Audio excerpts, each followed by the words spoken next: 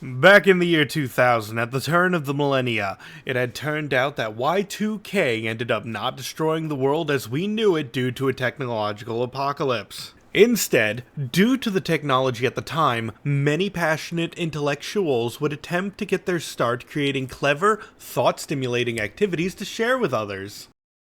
This is a fancy way of saying some nerds wanted to make games. While short-lived, 3 such game makers attempt to make games together. Those being John Farish, Josh McGaw, and Jeff Baton. While they never ended up making a game, one day John came up with the idea for a game called Bludgeons and Flagons, which is about 6 fantasy adventurers having a bar fight.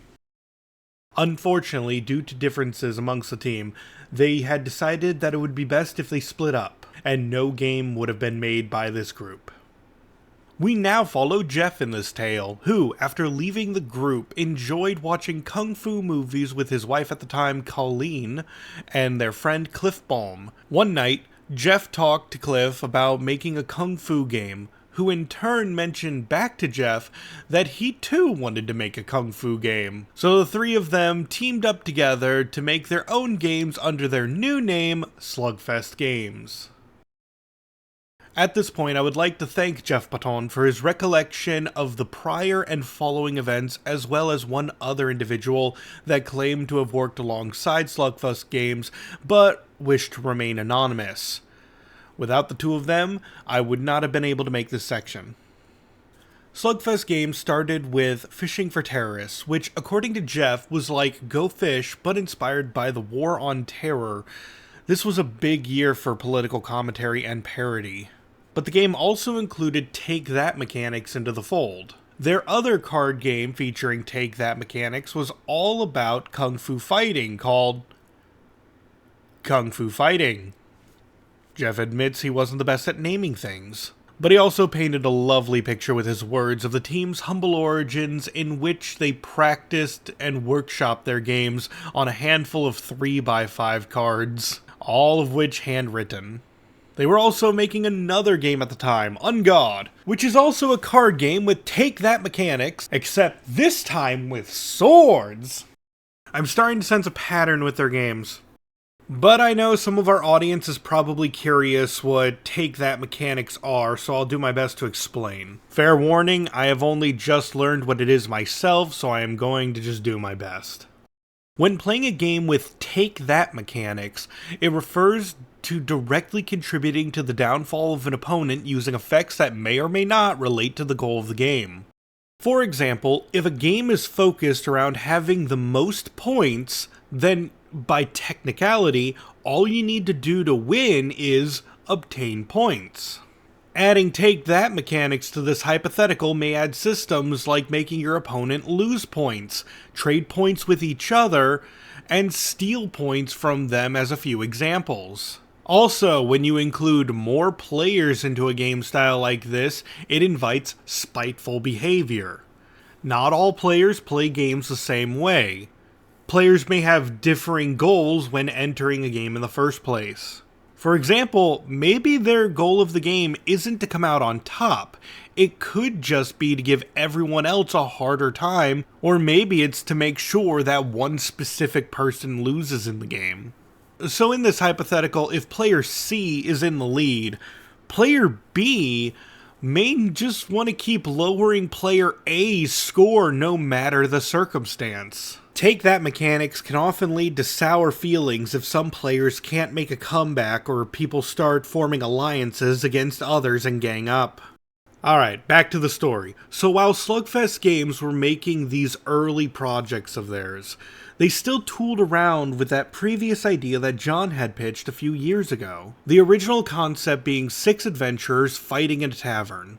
Due to the reception of utilizing Take That mechanics, the 3 of them really pushed to soften the impact caused by the mechanics of the game, because their goal at this point was that games should never make you feel bad to play them. They also wanted to push for a more lighter style of combat, where instead of directly attacking your opponent, it was more friendly, in a way. It was no longer a wizard blasting lightning bolt and fireball with spells, and instead it was someone else picked up his wand and hurt themselves with it. It was less haymakers to the face and more arm wrestling gone wrong. Eventually, it was decided that these guys weren't just random adventurers, but party members who respected and even liked each other, but loved to roughhouse with the best of them, and occasionally the worst of them. Some of the adventurers even started getting names. A vivid memory was shared with me that while playing as the rogue, Cliff would put on a voice that sounded like Gurgi from the classic Black Cauldron movie, saying things like, "A knife's in your back? Gurgi doesn't know how that got there." That was less Gurgi and more Dr. Doofenshmirtz, I'm realizing. Characters were starting to get finalized. Slugfest Games reached out to and signed a contract with John to sell the game, and it was time to begin production. A decision had to be made, though. Slugfest wasn't just selling this new game to the masses. They had other projects in the work as well. They made a financial decision to split the game into 2 sets and made 2 more characters, Jeff noting that the last 2 characters added were likely the Cleric and the Illusionist, but ultimately is unsure. It was a long time ago. What began as a group of 6 would split into 2 groups of 4. That way, if the game ended up not meeting expectations, the loss wouldn't have been as severe in terms of covering materials. In hindsight, they believe that this was a phenomenal decision to make, not only to do the whole cost-saving decision, but also pave the way for future expansions to the game. That just leaves the name of the game. Bludgeons and Flagons no longer felt like a proper name for the game now that instead of 6 adventurers beating each other up for their loot, to being about 4 party members enjoying a rambunctious night of drinking. Another concept name for the game was After the Dungeon, but ultimately was tossed for being too, and I'm quoting this, being too arty-farty or soap opera-y, and decided to name it after the establishment they'll be drinking at, which was named after a chat room that Cliff used to visit a decade prior. But first, allow me to introduce myself. This is your host, Qaza Raspel. We are the Tricksters of the Trade, and this is the Red Dragon Inn.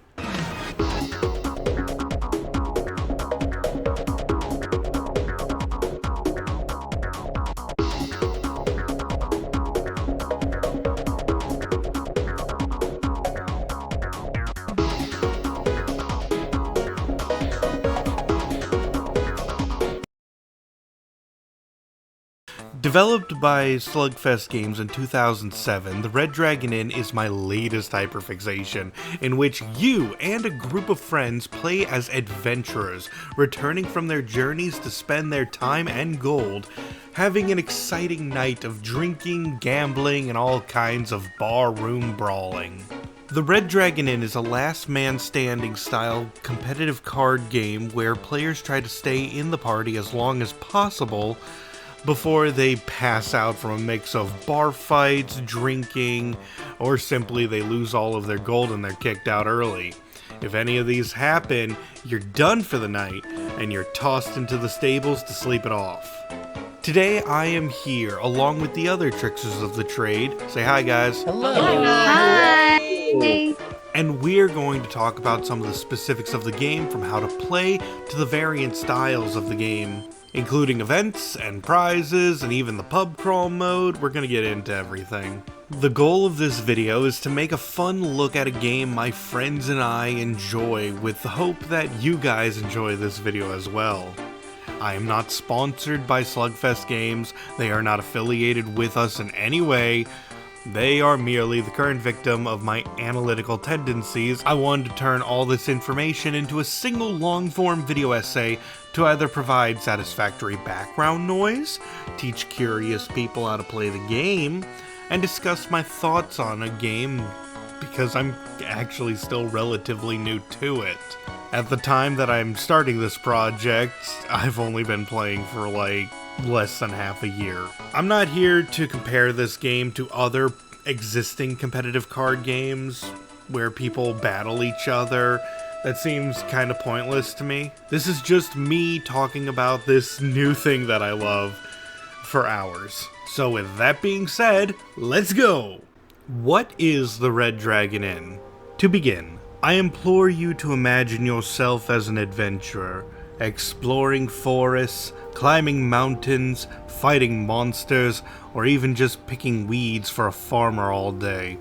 You live the life of collecting gold, acquiring rare loot, and most importantly, you spend time with other adventurers in a party. So after a long day of dealing with dauntless, deadly dungeons, it's time to take some gold to Greyport, a medieval fantasy city like many others. As long as those others have unusual travelers, frequent monster attacks, and enough heroes to make those attacks a non-issue. Where the oceans to the east provides trading of the greatest of ales, and nearly impassable cliffs to the west makes it so that only the way north or south is through the city itself.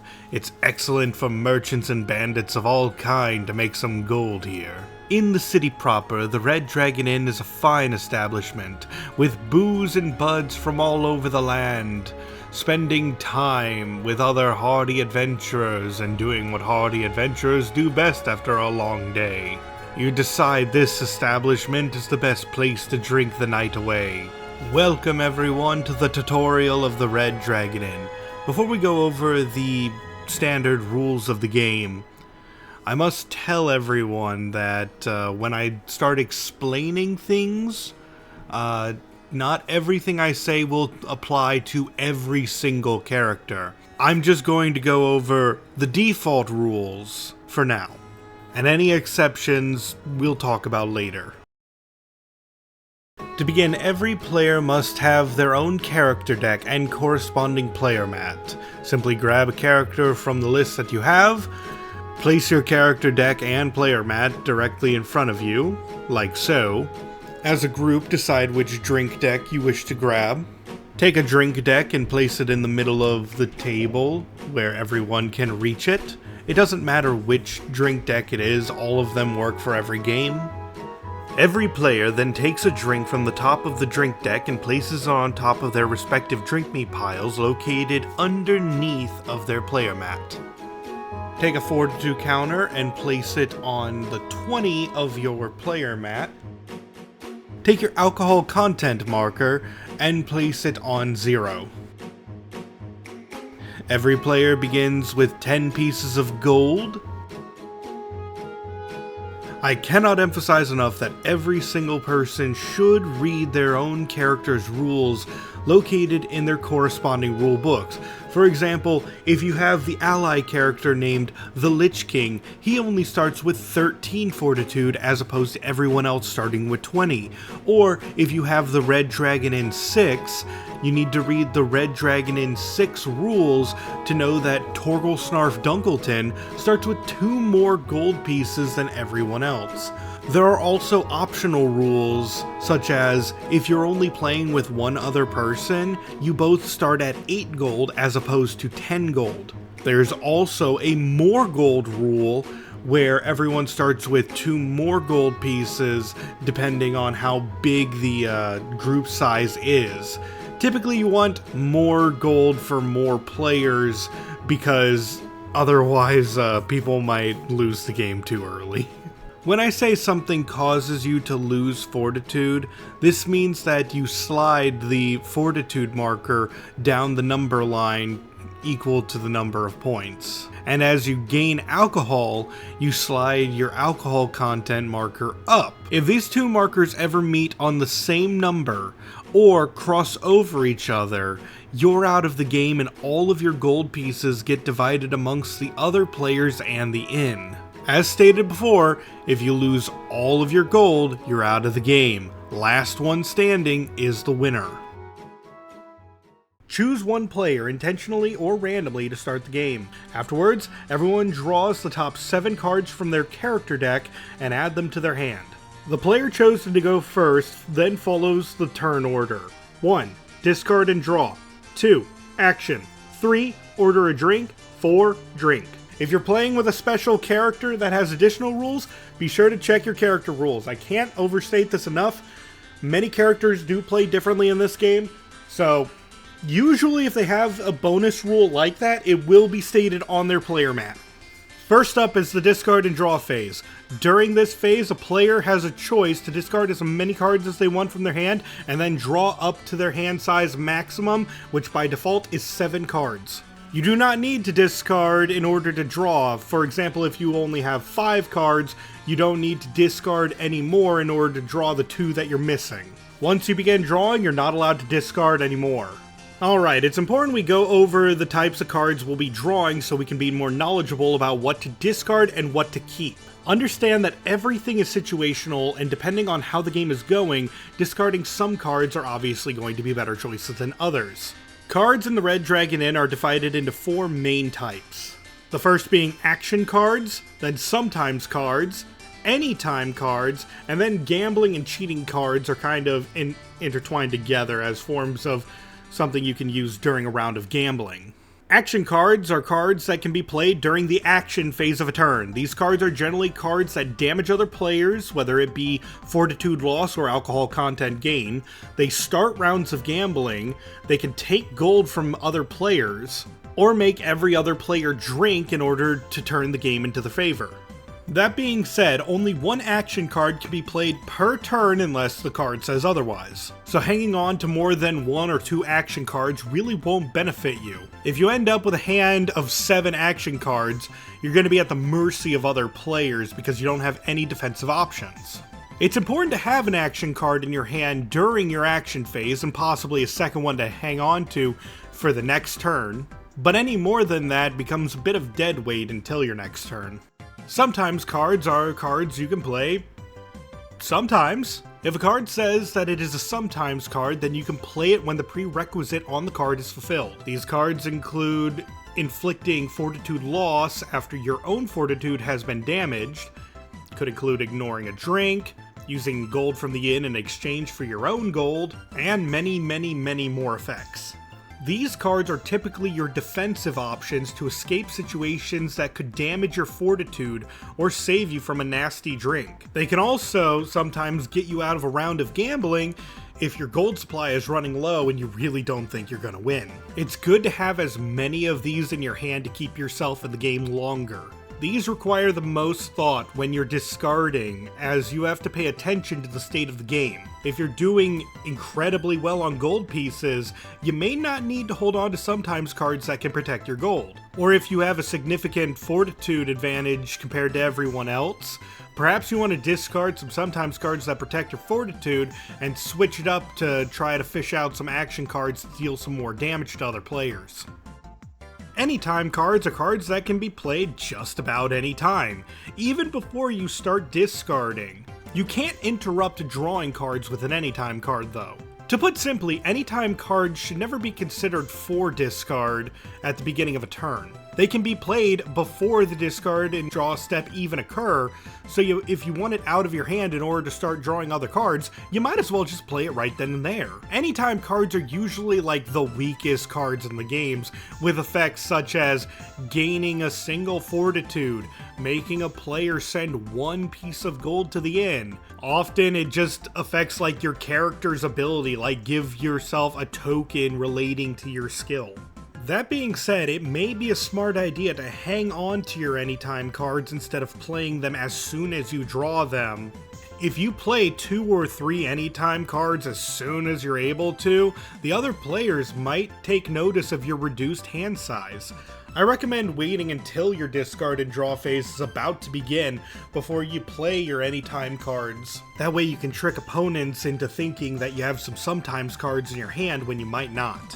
If people see you with a reduced hand size, there's a good chance they might also think that you're, about to be suckered in for some gambling. Speaking of, lastly, gambling or cheating cards are lumped together because both these cards are used exclusively in rounds of gambling. We'll detail the specifics of gambling in a bit, but for now I'll say that whether or not you want gambling cards depends on who you're playing as and who you're playing against. And when I say playing against, I mean both the character you are up against and the player themselves. If your opponent is playing more like they want to knock out your fortitude, or they're trying to send you additional drinks until you drop, it might be better to throw away your gambling cards in order to try to fish out a sometimes card that could protect you against the effects your opponents are using against you, rather than hanging on to gambling cards that are not currently helping you out at the moment. That being said, if your opponents are low on gold pieces, whether it be through excessive amounts of rounds of gambling or events going on that causes them to lose more gold than normal, it might be in your best interest to load up on as many gambling cards as possible to take them out through that means. Do keep in mind how big your character deck is when determining how many gambling cards you should have, though. Every character deck, well, most character decks contain only 40 cards to them, and just about 10 of those cards are gambling cards. Most decks contain 6 copies of Gambling I'm In, 2 copies of I Raise, and 2 copies of Winning Hand. There are some characters who have more or less of these, but most characters have a number very similar to that. But these do not count as the cheating cards. If you're playing as a cheating character, you're going to have more gambling cards than other people. So your win condition might just be trying to get as many people into gambling as possible and taking the pot.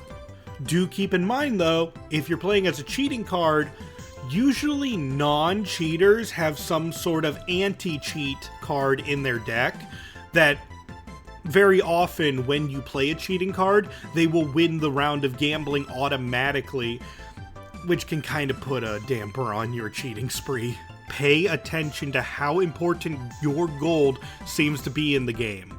If you're running low on gold, or you think you can win through gold, pick up a lot of gambling cards. However, when the game turns into a slugfest, maybe it's time to put the gambling away and protect yourself or swing back. Now that we're familiar with the 4 main types of cards in the game, let's move on to the action phase. As stated previously, unless a card says otherwise, you're only permitted to use a single action per turn. These are cards that typically have you deal fortitude loss or alcohol content gain to other players. Maybe there's a card that takes gold from everyone, or has everyone drink a round of drinks together. To put simply, playing action cards help you win the game. While it's feasible to win the entire game by playing defensively with a handful of sometimes cards and hoping your opponent's drinks knock them out faster than your opponents knock you out, I really wouldn't bet on that happening all too often. But that's not the only kind of standard action card. The other standard action card type is gambling! If a player plays the card Gambling I'm In or some other gambling starter, these are just the most common ones, during the action phase, a round of gambling begins and every player is forcibly included unless they play a card that allows them to opt out or leave a round of gambling. All players must ante a single gold piece. The person who played Gambling I'm In is declared in control of the round of gambling. Afterwards, starting from that player's left, they may either play a gambling card or a cheating card in order to take control of the round of gambling themselves, or pass. If someone takes control of a round of gambling and every other person passes, by the time it gets back to the person who is currently in control of the round, the one in control of the round of gambling wins the pot and the round of gambling ends and we move on to the next phase of the turn. The next phase is the order a drink phase. During this phase, the player takes the top card of the drink deck and without looking at what it is, sends it to the top of any player's drink me pile. There are cards that can be played to give out more drinks, and only after the one or all drinks are distributed does the phase move on to the drinking phase. There will come a time when the drink deck runs out of drinks. After the drink deck runs out of drinks, every player must take 1 gold piece and pay it to the inn. Afterwards, take the drink discard pile and shuffle it, and that now becomes the new drink deck. The final phase is the drink phase, where the player must flip over the top card of their drink deck and drink that drink, ingesting any positive or, more often, negative effects that go with it. There are 3 kinds of drink cards to understand. The first is a normal drink. When you drink this, you follow its effect, and in most cases, it's just something that simply raises your alcohol content. The second is a chaser. A chaser is indicated by the plus symbol on the mug. When you reveal a chaser, you flip up the next card from the drink me pile and you drink the combined drink as one single drink. If you have more chasers after that, it keeps going until you either run out of drinks in your drink me pile or find a normal drink. If you reveal a chaser, but either have no other card in your drink me pile to reveal, then you drink the one drink by itself. Or, if you reveal a drink event using a chaser, the event is negated and you drink the one chaser drink. The third kind of drink deck card that can be revealed is a drink deck, as I've just stated. These events range from optional risk and reward offerings like paying gold to heal yourself, or taking additional alcohol content to receive gold, or perhaps you'll have some kind of drinking contest where whoever drinks the most gets a gold piece. As a side note, if you possess no drink cards at all during the start of your drink phase, you reduce your alcohol content by 1. Now that we have just explained the basics of the Red Dragon Inn, let's recap what a turn might look like. When your turn starts, you choose to either keep your cards in your hand currently or discard the ones you might not want at that point in time, and then draw until your hand maximum, which is usually 7 cards. Next, play an action card from your hand.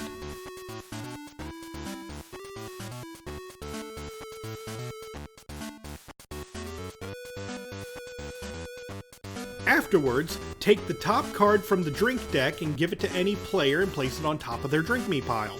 Then, reveal the top card of your drink me pile, and then you drink it. That ends your turn. Those are the basics of the Red Dragon Inn. And that is where my interests were first sparked. You see, growing up, I was a large fan of games such as Yu-Gi-Oh! And Magic the Gathering, but most of the enjoyment my friends and I had while playing those kinds of games wasn't really making the strongest deck around. It might have just been because we didn't have all the money in the world, but we always workshopped various decks from the cards that we had instead of, trying to build the best one ever. So instead, we enjoyed balancing the game where everyone has a chance to come out on top. We had more fun with buying pre-constructed structure decks and seeing how well they fared versus one another and using whatever, throwaway cards we could find to tip the scales in each other's favor. We not only strengthened underperforming decks, but we also weakened the ones that were obviously more powerful than each other. I still have those decks sitting on my shelf to this very day. We chose decks at random and enjoyed duking it out to see if dinosaurs could beat dragons, or enjoyed rounds to see if a white-red deck, how well it fared against a green-black deck.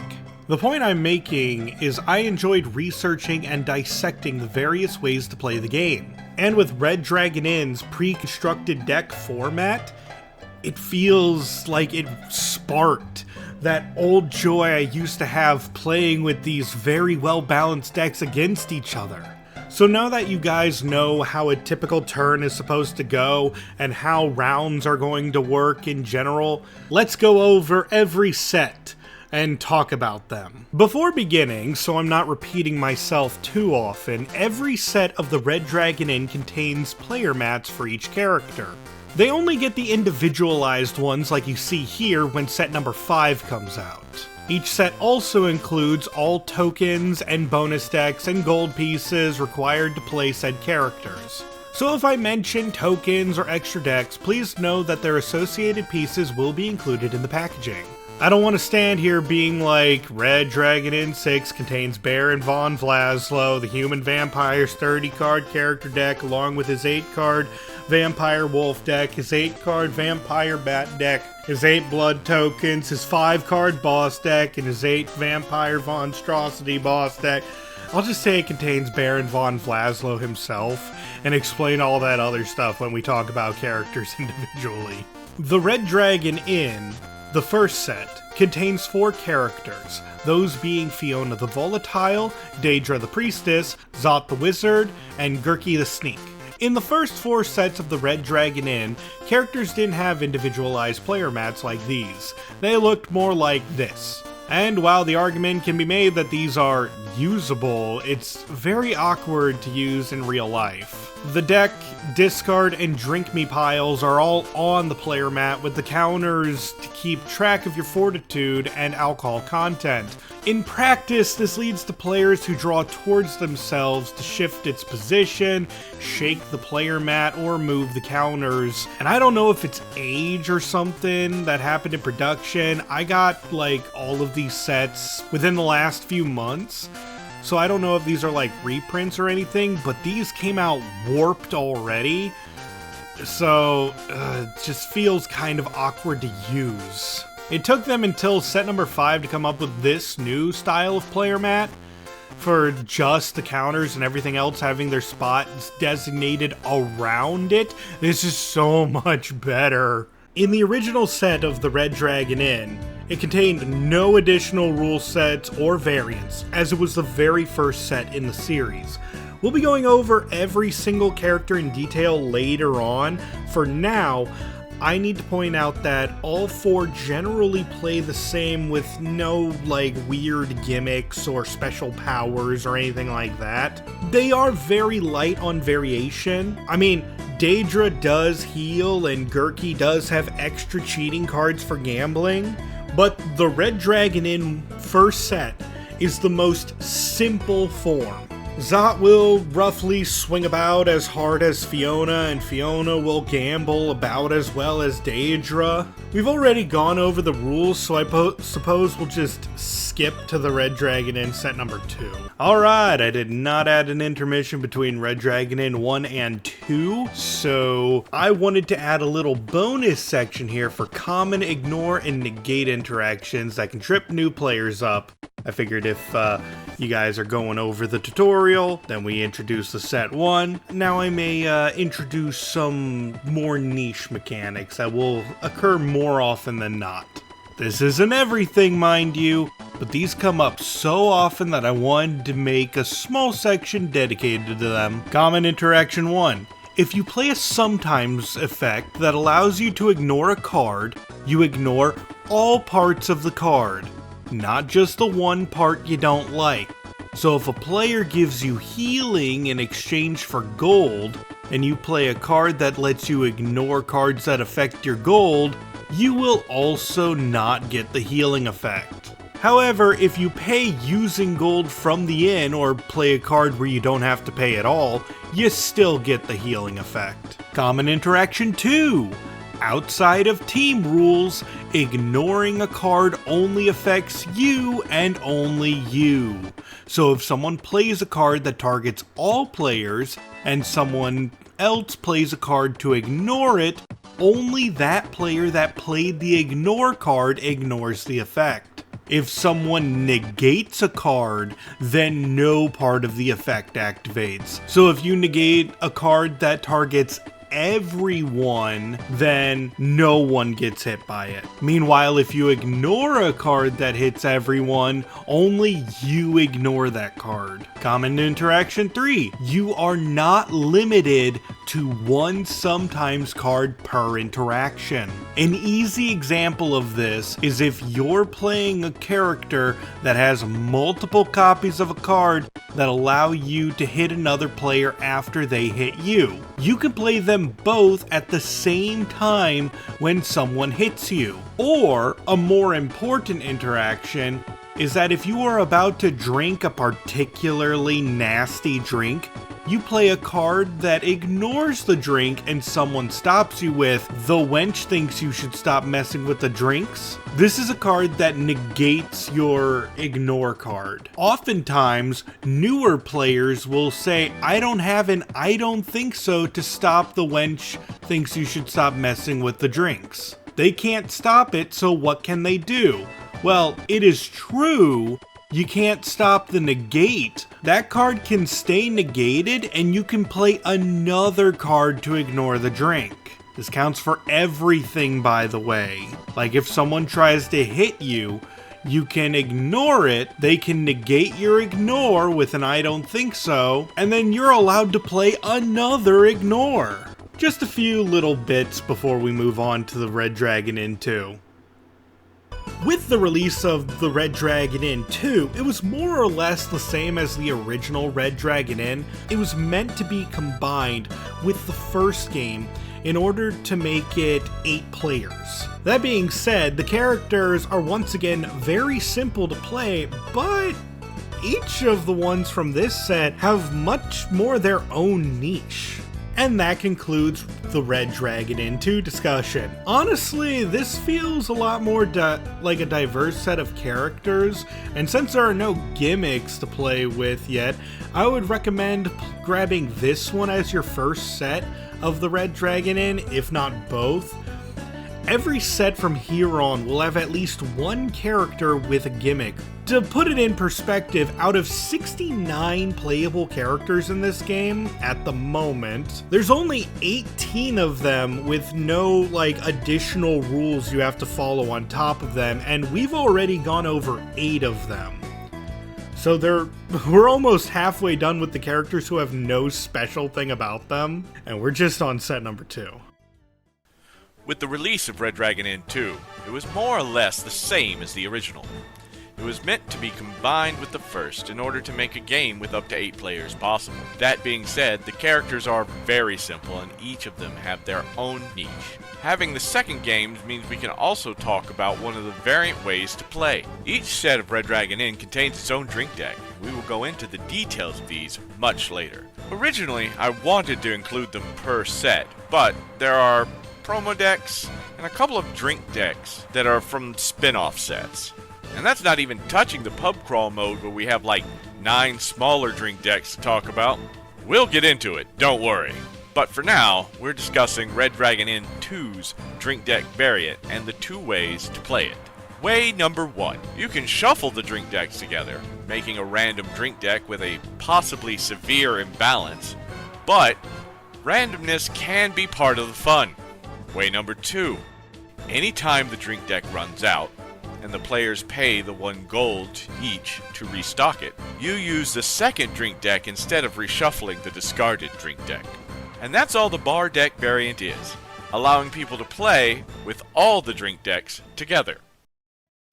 Alright, moving on. Next one to talk about is the Red Dragon Inn 3. And oh boy, this is where the series starts to add more unique flair to each character. Each of them have their own little or sometimes major quirks that make playing them more exciting. Where before this point in the game, characters rarely had any extra pieces. Actually, they never had any extra pieces. What am I talking about?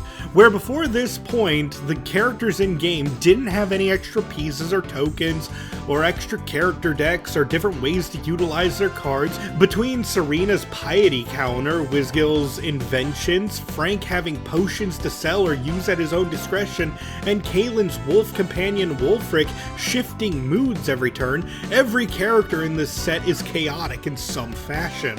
As for variant ways to play the Red Dragon Inn 3, it doesn't provide any. The character themselves now provide some heavily new ways to play the game compared to previous versions. The game very drastically shifted from having a set of 4 characters that have no gimmicks at all, besides I have more gambling cards or I have cards that affect drinking more, to suddenly having everyone pass around the rulebook to start seeing how to play their characters. This isn't necessarily a negative point, as nearly all other sets from the Red Dragon Inn will contain characters more like these compared to the previous 2 sets. But I do have to warn you that after the Red Dragon Inn 4, nearly every single character in the game will have its own unique ability and you'll have to learn in order to play them. It becomes a far more complicated game. So for those looking to play characters in this game, or looking for a first set to play with a bunch of casuals, or dipping your toes in the series, I kinda recommend getting set 2 or 1 if you really want to learn the game before diving into more things. You can start with set number 3. It's an uphill battle to learn everything, as your characters have so many new rules added to them on top of just learning the game for the first time.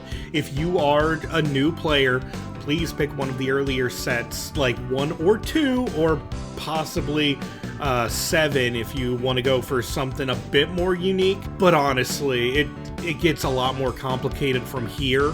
Before we move on to the next set of Red Dragon AiN, we must bring up the Allies. The Red Dragon AiN Allies are additional individually sold characters that can be included in a regular game of the Red Dragon AiN. Most of the time, buying these allies will not include all the fixings to play a full game by themselves. Very often, I've seen like the coins included in a set just be like smaller and more awkward compared to other ones. And also, next to none of them come with their own drink deck. I do know there are technically 2 drink decks you can buy with the allies. One of them is no longer available, and one of them is a more recent one to come out. But early on, you had to buy a set in order to use the allies at all. So keep that in mind if you are purchasing this game in real life. You will need to buy a set in order to get a drink deck in order to play the game normally. We will be going over all of the allies at the end of the video as well, so that you guys, if you are planning on playing this game in real life, you'll be more informed about what you're about to buy, rather than just buying a random character and hoping that you're going to have fun with them. I love the idea of showcasing some of these guys and then you finding your favorite amongst them. That would be so fun. Let me know if you guys are actually excited about playing some of the characters that I mentioned. Maybe you'll give someone completely new a try. That was the entire point of this video after all. Let's raise some discussion about this game. I'm having so much fun with it. Okay, I'm rambling. I'm sorry. Let's move on to the Red Dragon AiN 4. Now, I just said that the Red Dragon AiN 3 contained no variants to the game. However, before the release of Red Dragon AiN 4 came a new mechanic to the game in the form of promo drinks. Originally handed out as a reward for a small group of people that helped with demos back in 2013, these promo drinks were alternate versions of existing drinks and events. You had the option of sliding into a drink deck in order to spice things up a bit, including effects like dice rolls. However, promo drinks eventually became character focused and handed out as small rewards to those who joined their events and organized play sessions. They are more so collector's items than game pieces due to being promotional material, and the rules say if you have them, all you need to do is add them to the drink deck to use them. There's no limits to how many, no ruling that you should remove cards from the drink deck to keep the size of the drink deck the same. There's also no drink deck size cap at all. So if you have like a drink deck of 30 and then you add 30 promo drinks on it, well, there's no rule against that. It's kind of apparent that these were made for fun add-ons to the game, and delving too deeply with analysis would prove futile, so I'm not going to. If you feel like using them, go for it. Just note that these drinks are usually more aggressive or have alternate effects that can mess players up, because if you just throw out the Gambler's Brew and then you show off the promo drink Gambler's Brew, then you might get confused about what it does. You have to make sure you know which one is which. It can lead to more disruptive games. Alright, so moving on to the Red Dragon AiN 4, most of the characters in this set once again don't have any special additional rules about them. Deciding to keep it with mostly simple characters was probably a good move in my opinion, because set 4 is like the first one to include a main variant to the game. Because on top of playing the game normally, set number 4 includes the option of playing what is known as sea events, where you get to set sail and embark on your own adventure upon the vessel known as the Crimson Drake. So here's where things get interesting in regards to these sets. Starting in the Red Dragon Inn 4, we begin to be introduced to a few alternative rule sets in the game. We already had fun with the bar deck variant, but we now can try out sea events. When sea events are active, players start the game with a stack of sea event cards in the middle of the table and place 2 progress counters on top of that deck. At the end of each player's turn, you remove 1 counter from the top of the deck. When there are no progress counters on top of the deck left, flip the top card of the event deck over. Follow the instructions listed on the card. Discard the event card into the event discard pile, and then put progress counters on top of the sea event deck equal to the encounter level of that card. It's a simple concept that shakes up the game quite a bit. Just make sure everyone is familiar with how to play the game normally before adding these to a game, as some of the lengthier effects may lead to confusion among players. Red Dragon Inn 5, the character trove. So at this point, the creators of the Red Dragon Inn decided to update the look of the game. Take a good look, everyone. This is what the game looked like before, and now it looks more like this. Individual character player mats. They included a large box to hold all of your characters. I even got this nice divider from a third party, so you can see all of my current Red Dragon Inn stuff here. Not really trying to show off my collection. I mean, I kinda am, I guess. I just wanted to show you how far along I am after this time. I have most of my favorite characters, but my local game store doesn't really sell many of the allies, so I'm still, like, limited. I do have all 9 sets, though, like, numbered sets. I also don't have, like, that spin-off set from Adventure is Nigh. I might get that. I'm still on the fence about it, mostly because I've never seen the show. Otherwise, if you're not really interested in, like, the big box that it comes in, this set also doesn't include any, like, additional variant. It's kind of in the same boat as the Red Dragon Inn 3, where you bought it because it looked nice, or you bought it, like me, to get the bigger box and all the, like, updated looks of everyone. Like, that's why I bought this, because I was buying pretty much all the sets. But honestly, if you're just kind of interested in getting one set for yourself, the Red Dragon Inn 5 probably isn't the best set as your first one, because you are paying extra for the bigger box. Red Dragon Inn 6 Villains. At the time that I am writing this is the best expansion to the Red Dragon Inn. Keep in mind that I have zero idea what the community at large considers to be good sets of the Red Dragon Inn, or what characters people think are good, or really anything. By the way, if you do play the Red Dragon Inn, I'm actually now very curious. Feel free to tell me in the comments which aspects of the game are your favorite, because, like, I love Red Dragon Inn 6 Villains because of all the bonus variants that it adds to the game, and I love all of the characters from it, and all of my friends love this set. Like, we love so much about this set. And despite every character having, like, these additional rules, most of them are very simple to follow. Although Baron von Vlaslo is a bit complicated due to having 3 character decks to work with. But characters like Amundir and Daurica are very popular in my friend group. The first game style is dungeon events. These play exactly like sea events did back at Red Dragon Inn 4. Stack the events, and place 2 counters on top. At the end of each player's turn, or not every go around, each player's turn, remove 1 counter from the top, and then after all the counters are removed, a dungeon event happens. For example, flipping over the Wrathful Revenants event causes every player to lose 2 fortitude. Then, once the event is over, discard it into the event discard pile, and place new tokens on top of the event deck equal to the threat level located right here in the top right corner of the card. Then keep going as the game goes on. Next, tag teams. That's right, Red Dragon Inn now has a team style of drinking game and multiple variants. A team game begins with each player grabbing a character deck as normal. However, the 2 players share the starting resources, beginning the game with 20 fortitude, 0 alcohol content, and 10 pieces of gold. If a character alters these starting values, I'll try to make note of them when we go over individual characters.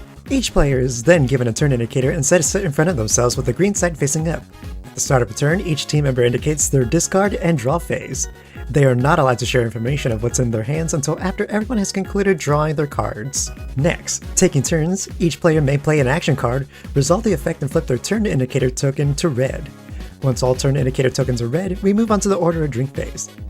Standard ordering a drink phase is you order X amount of drinks for the enemy team, where X is equal to the number of team members the opposing team has. And then once all drinks have been ordered, the final phase is drink. Of course, every player on the team drinks the top card of the respective drink deck. It is suggested to use the turn indicator tokens, and everyone drink one at a time. Otherwise, it might be hard to follow the chaos where some people are playing cards to spike drinks, split drinks, ignore drinks, pass the drink to someone else, not to mention the drink events or even chasers. Those are the basics of tag teams. Let's go into some of the smaller aspects before we talk variants.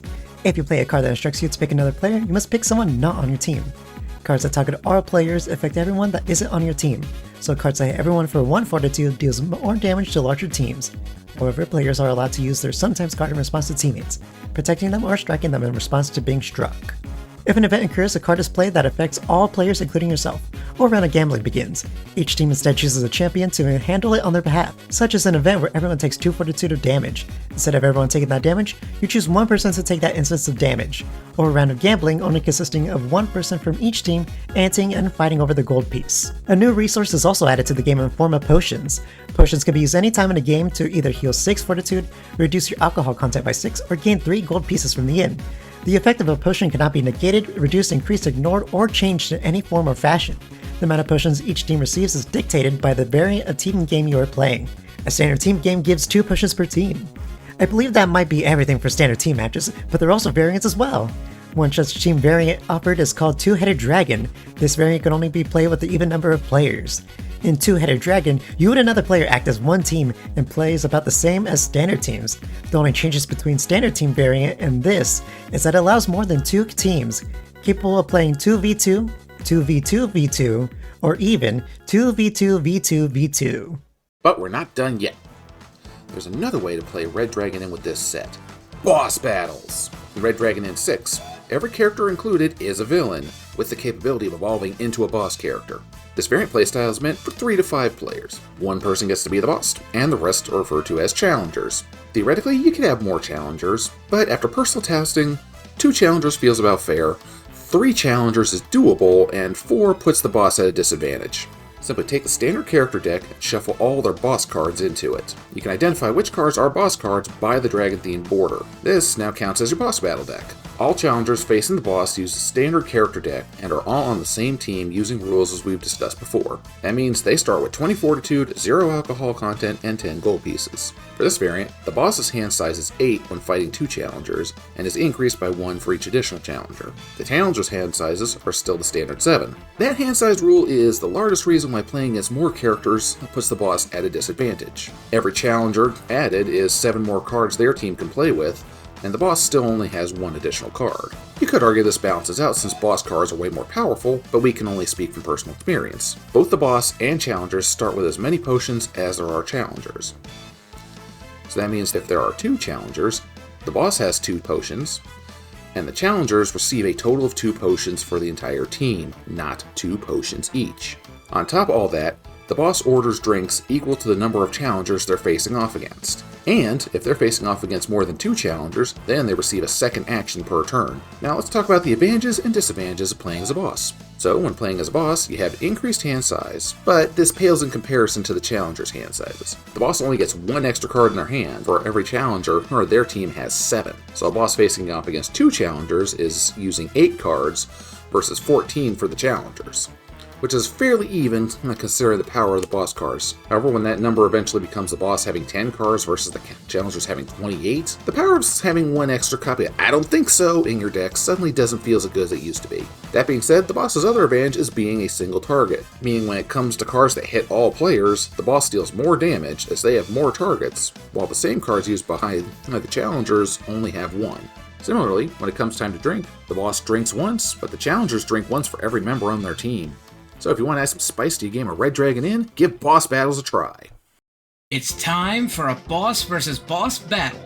In this variant of team battle, every player picks a boss deck filled with high-powered cards and duke it out. After all, if everyone's overpowered, the game is fair. Right? The Rogues Gallery of bosses are as follows. From Red Dragon In 6, we have Amundir the Cursed, Torgal Snarf Dunkleton, Eureka the Mindbreaker, and Baron von Vlaslo. From Red Dragon In 8, Nerodia the Petrifier. From Red Dragon Inn 9, Petra the Devious. And from Red Dragon Inn Allies, we have the Lich King, Murgath the Blessed, Bad Dog Ripsnarl, Mara the Maledictor, Evil Pookie, as well as Pookie the Vicious, and newcomer Vicious Mocker Greppa. And finally, as of the time of writing this script, but not yet released, Red Dragon Inn 10 brings us Dark Priestess Valeria.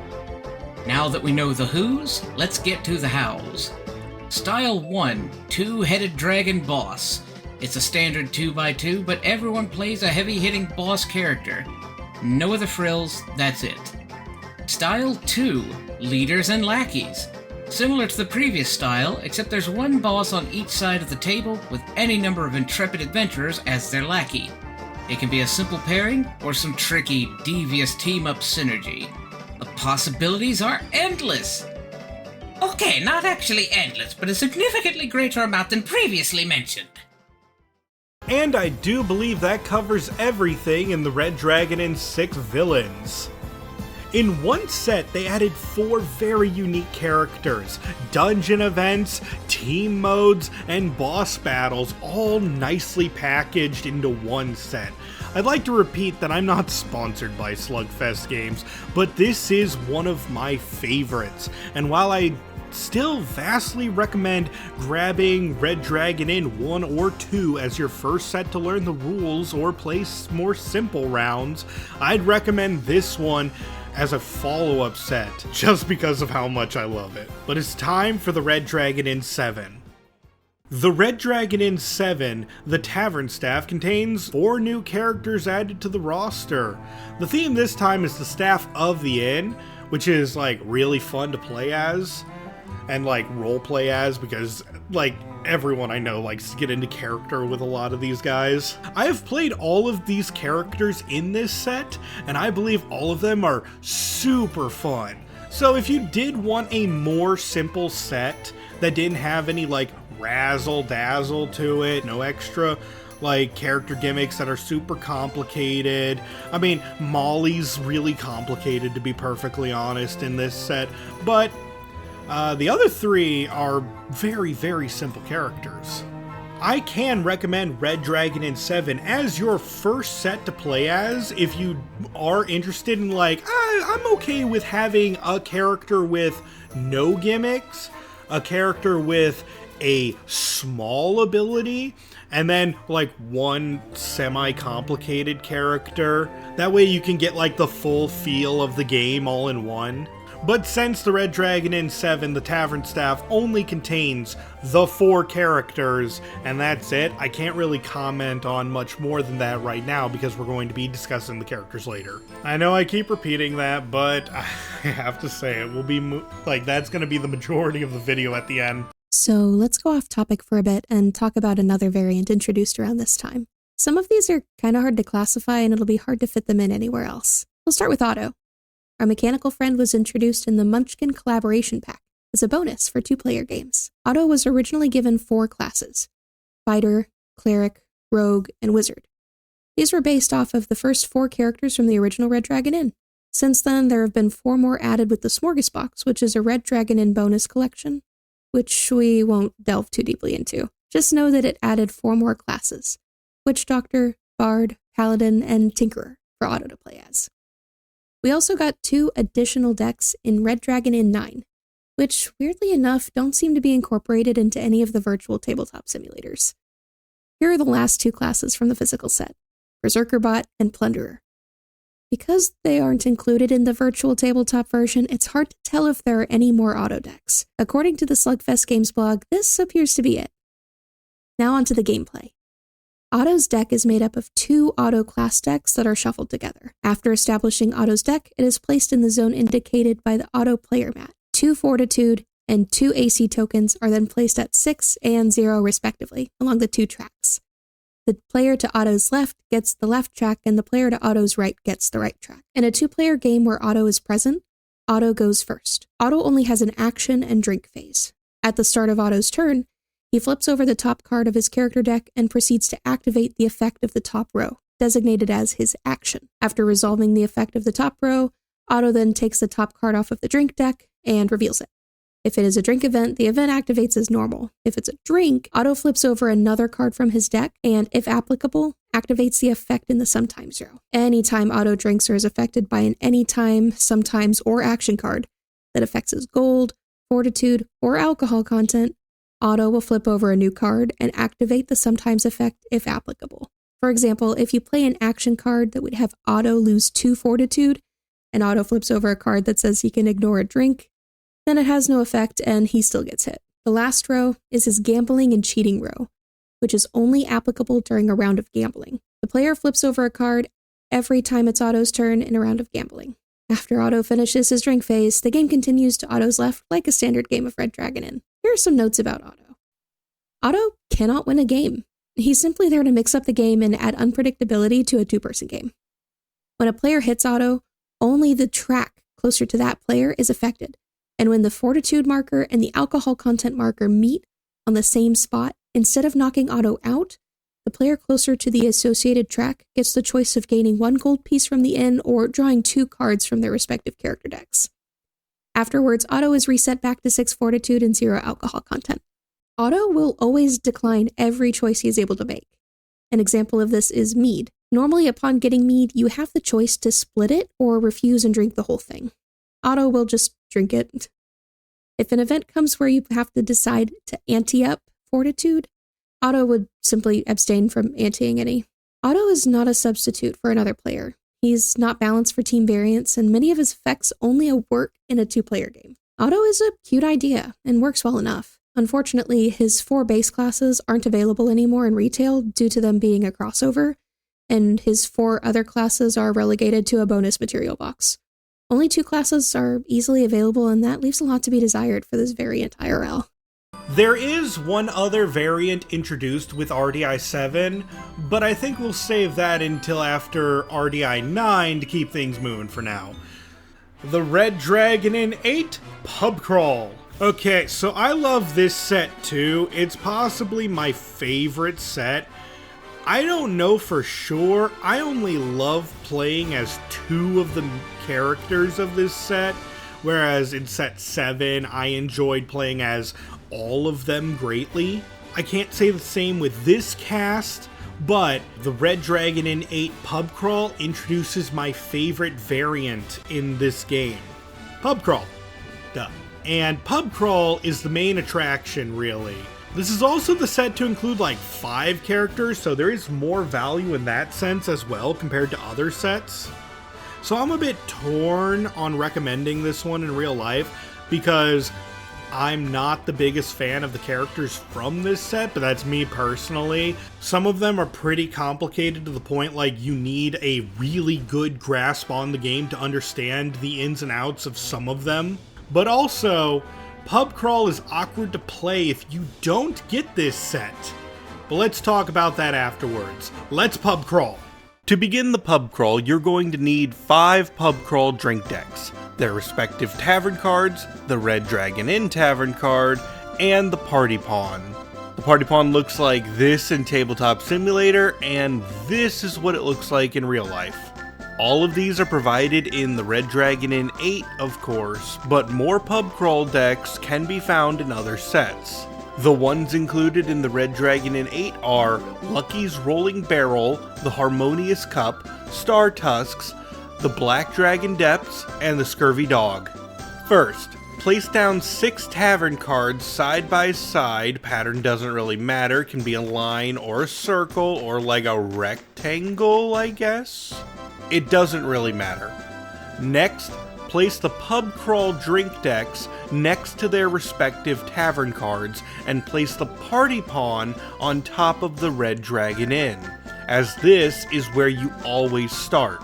After doing that, setup is complete and you play the game as normal until someone reveals a drink with a chaser, and then the Pub Crawl begins. For clarity, you only need to reveal the chaser. It does not matter if you ignore the drink, it does not matter if it was during an event, it doesn't matter if it was an empty chaser. which means that when you draw another drink from your drink me pile, it's empty, or your chaser is a drink event, which means the event is negated, resulting in an empty chaser. After the drink has finished all of its effects, the one who pulled the chaser picks up the party pawn and places it at an open tavern card of their choosing. A tavern is considered open if it has drinks in its drink deck. After the player chooses which tavern card to land on, the tavern event associated with the tavern card activates, and all players follow its instructions. Once the tavern event concludes, whenever a player orders a drink, they take it from the pub crawl drink deck associated with the tavern card the party pawn is currently at. Now, this is only for ordering drinks. If someone plays a card that makes you drink from the top of the drink deck, or someone reveals a drinking contest or a round on the house, or anything that tells people to interact with the drink deck, it always refers to the main one, not the pub crawl ones. I will remind everyone to refer to the rulebooks if you have questions about possible interactions. However, cards that allow someone to order more drinks, like Wench, bring some drinks for my friends, will pull from the current pub crawl tavern's drink deck, so they can be seen as more useful in this variant. After a drink from the pub crawl drink deck has been resolved, it does not go into the drink discard pile and is added to a separate drink discard pile for that tavern specifically.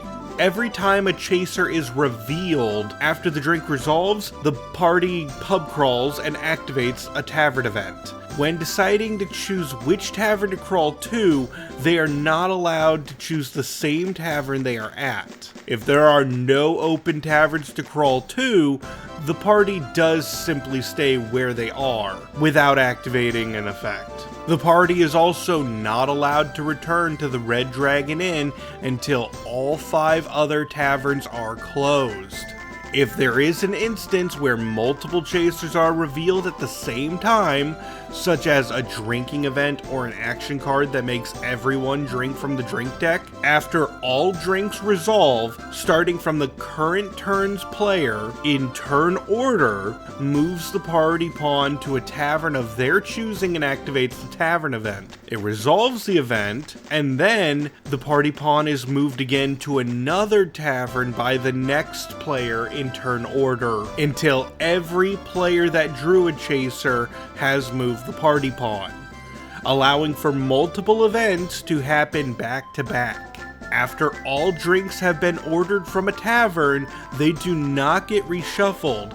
The tavern closes, and the one who ordered the last drink from that tavern moves the party pawn to an open tavern of their choosing. Eventually, once all of the taverns have distributed all of the drinks to the players and have closed their doors, the party pawn is taken back to where you all started, the Red Dragon Inn, where you activate that tavern's event, which is just paying 1 gold to the inn, and then the game continues as normal.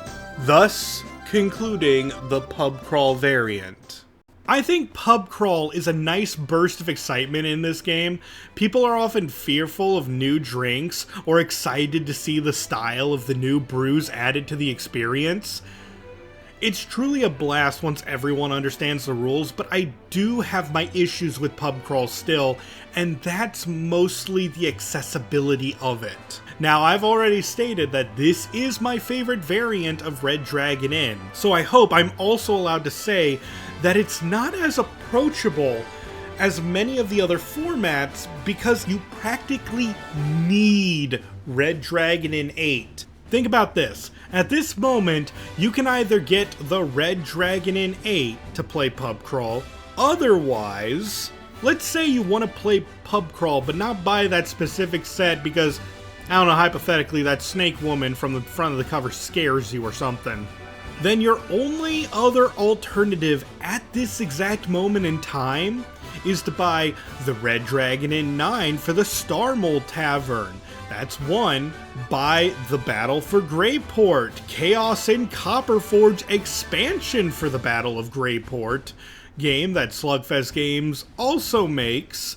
Don't forget to buy Allies, Melvin and Mara to grab the third pub crawl deck, the Swazzled Sorcerer. Grab the Adventurous Night Extra Pack 2 for the Adventurous Nightclub Tavern card.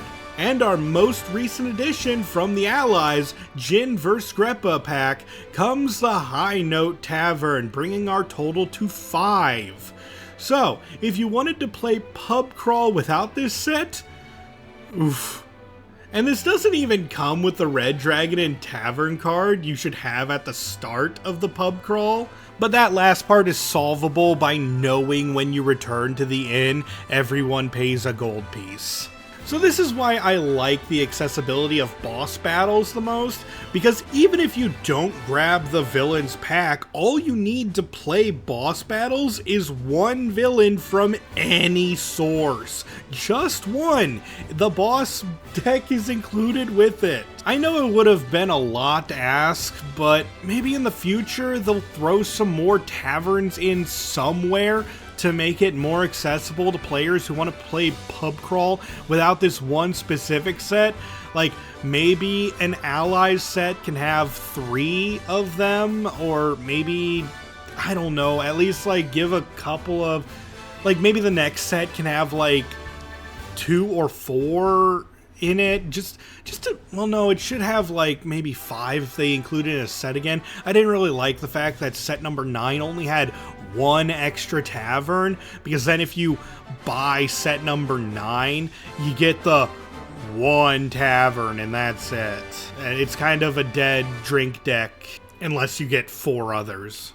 Okay guys, so I'm coming back to this part like from way later after I wrote this section. Turns out that in the Red Dragon Inn 10 that they're making, there will be 5 extra new pub crawl decks. So I think either they felt this was a concern too, or maybe someone told them about this, and that actually makes it so much better. I feel like if 3 more pub crawl taverns were available in Allies packs, it would feel just about perfectly accessible in my opinion.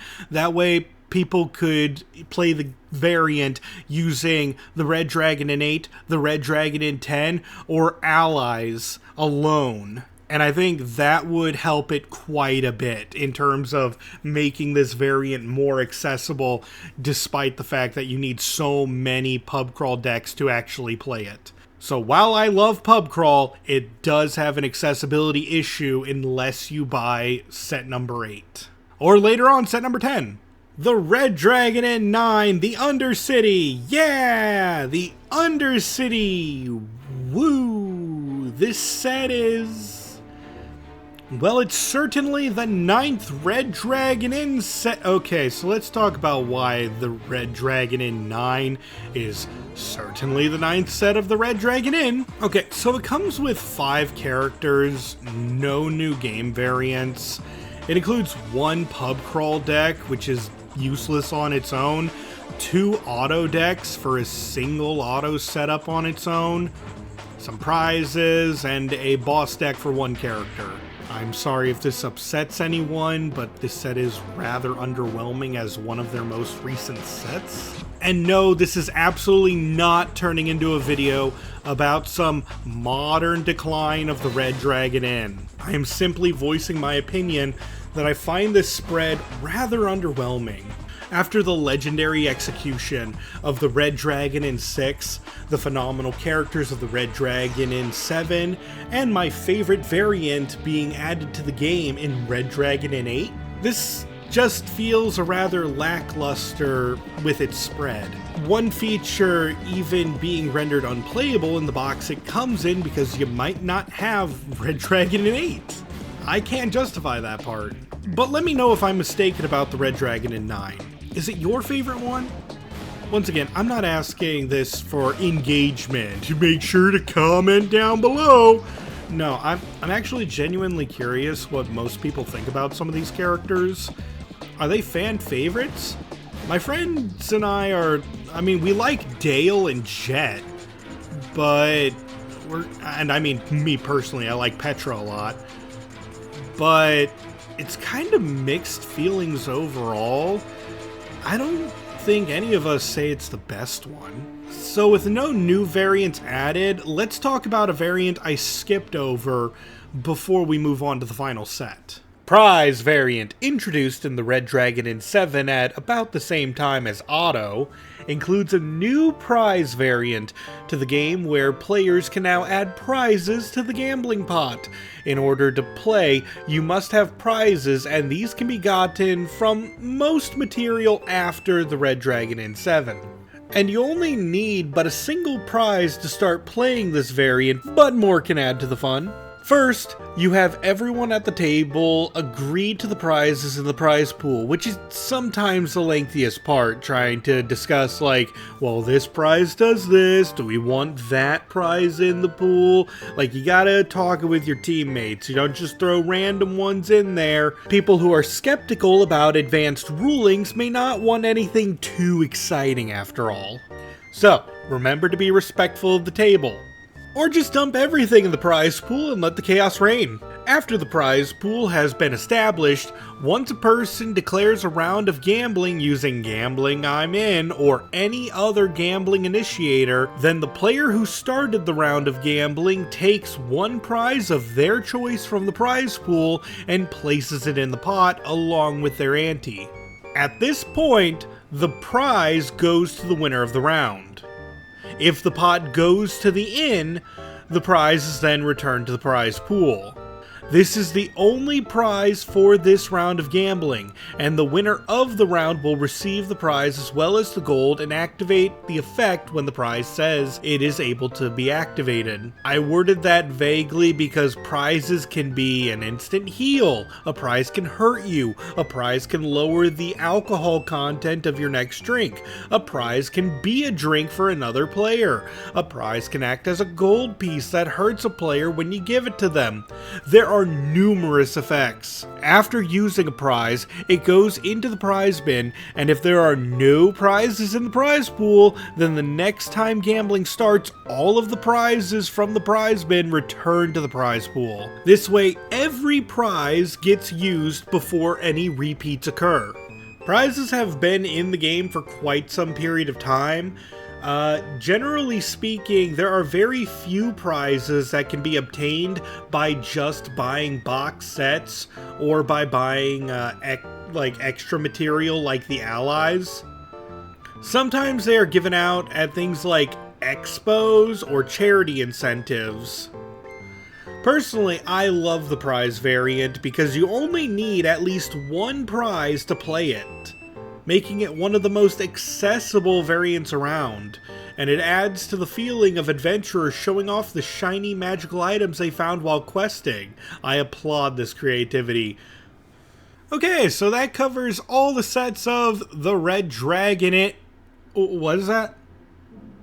Oh, right, let's talk about this one. The Red Dragon Inn Adventure is Nigh is a box set of Red Dragon Inn, containing characters from the YouTube series Adventure is Nigh. I have literally no opinion about this show or this channel. I don't know who plays which character or anything. What I am going to say here is meant to reflect the card game and nothing else. So when I talk about these characters later on, and I might not look super favorably among some of them, please don't take it to mean anything about the show or the people playing these characters, okay? That also goes for later crossovers like the Munchkin characters. I've never played that game.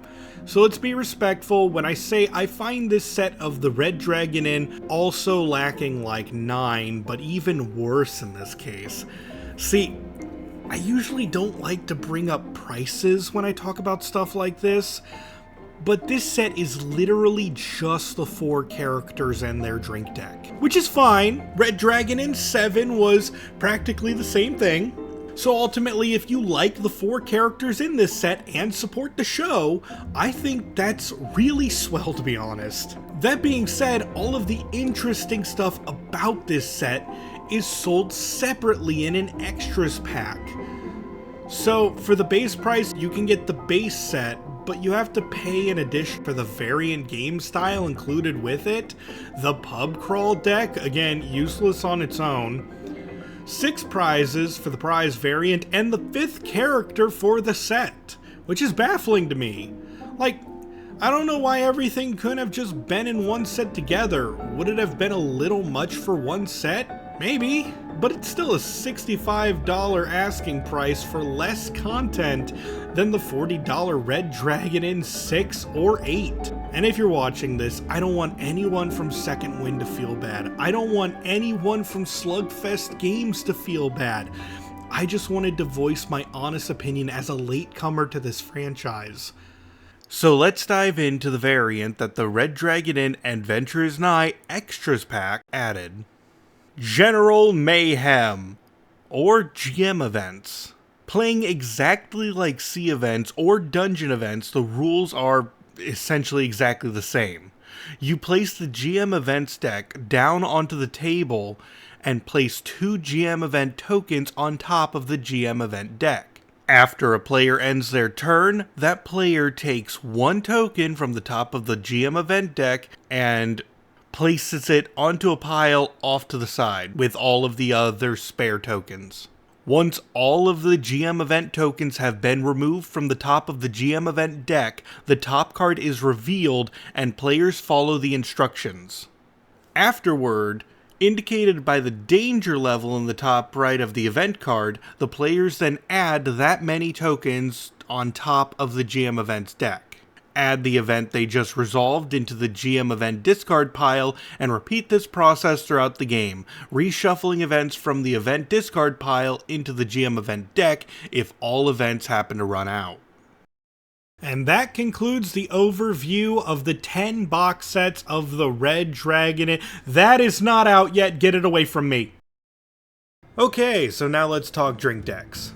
Across all sets of the Red Dragon Inn, there are currently 12 drink decks that are available. 10 of the drink decks are from box sets we've already gone over. There's one from the Munchkin crossover with Spike and Flower, and one from the Allies Evil Pookie set.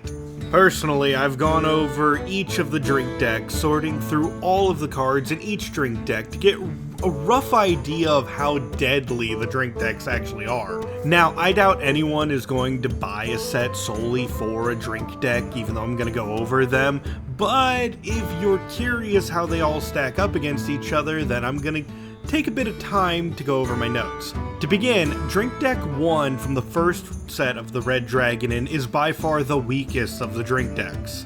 The alcohol content and fortitude damage it deals to players with very small amount of chasers means that it's gonna have longer games associated with it. This is the perfect drink deck for those looking to test out a new character's skills that they've never tried out before. Mostly because you'll have significantly less of a chance to drink yourself to death before you figure them out. I believe that this is the right level of alcohol content for a drink deck, for a tutorial style drink deck. That being said, I can think of at least one character who benefits greatly from drinking weaker drinks as opposed to stronger ones. So if you're looking to play that one specific character who we will be going over later, if you get to choose the drink deck, you might want to grab this one. After drink deck 1, most drink decks consistently stay around the new increased alcohol level.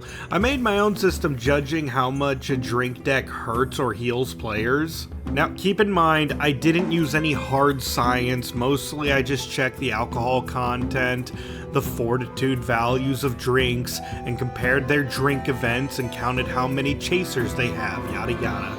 Also, I'd like to point out that if you want to, you can make your own drink deck too by taking various amounts of drinks from other decks. You can go full random or combine them in any way you want. You could have a drink deck full of like Fire Breath Dragon Ales, or you can make a deck full of nothing but elven wines if it so pleases you for some reason. If you want to make your very own standard drink deck in Red Dragon Inn, it seems the most common drink decks have between 2 to 4 drink events, 4 or 5 chasers, 1 0 alcohol content card, 1 fortitude gaining drink, and a little over 40 alcohol content gaining / fortitude loss combined. That being said, there are some exceptions. And as the game has evolved, the drink deck stayed about the same until some of the more recent sets started coming out around Red Dragon Inn 7. See, my findings listed here. The Red Dragon Inn 1, I gave a quote-unquote danger score of 26. This isn't out of anything, just bigger number means more likely to cause damage. And then RDI 7 had a score of 51. The Munchkin drink deck having a score of 50, these are, higher than normal. This doesn't rock the boat too much, but every drink deck after this has been getting more and more aggressive since then. The 3 most dangerous drink decks to play with are from Red Dragon Inn 8, 9, and the Evil Pookie set.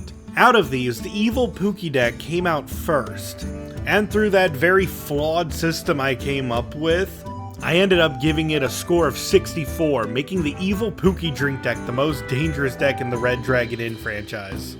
To compare it with the weakest deck, the original Red Dragon Inn 1 drink deck has like 6 cards that just give you 1 alcohol content and 2 that just give you 3 alcohol content. Evil Pookie's deck, on the other hand, has like 1 card that gives 1 alcohol content, and that's with Chaser, but also about 7 cards that give 3 alcohol content or fortitude damage. This is madness, and I'm actually all for it. I love a good, strong drink deck for a game. Makes people scared of actually drinking. I said before that the drink decks from the Red Dragon Inn 8 and 9 are also kind of dangerous.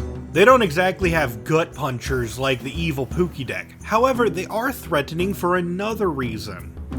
With the inclusion of Pub Crawl, these drink decks contain about twice as many chasers as normal to cause those pub crawls to occur more frequently. So if you wanted to make your own Pub Crawl drink deck, instead of 4 or 5 chasers like I listed previously, be sure to make it 8, as that's how both Red Dragon Inn 8 and 9 operate, with the assumption that you might play Pub Crawl. Okay, let's see. Went over the rules, went over the sets, went over variant ways to play, went over drinks. Oh, it's time. This is the reason I started the whole project. Character analysis.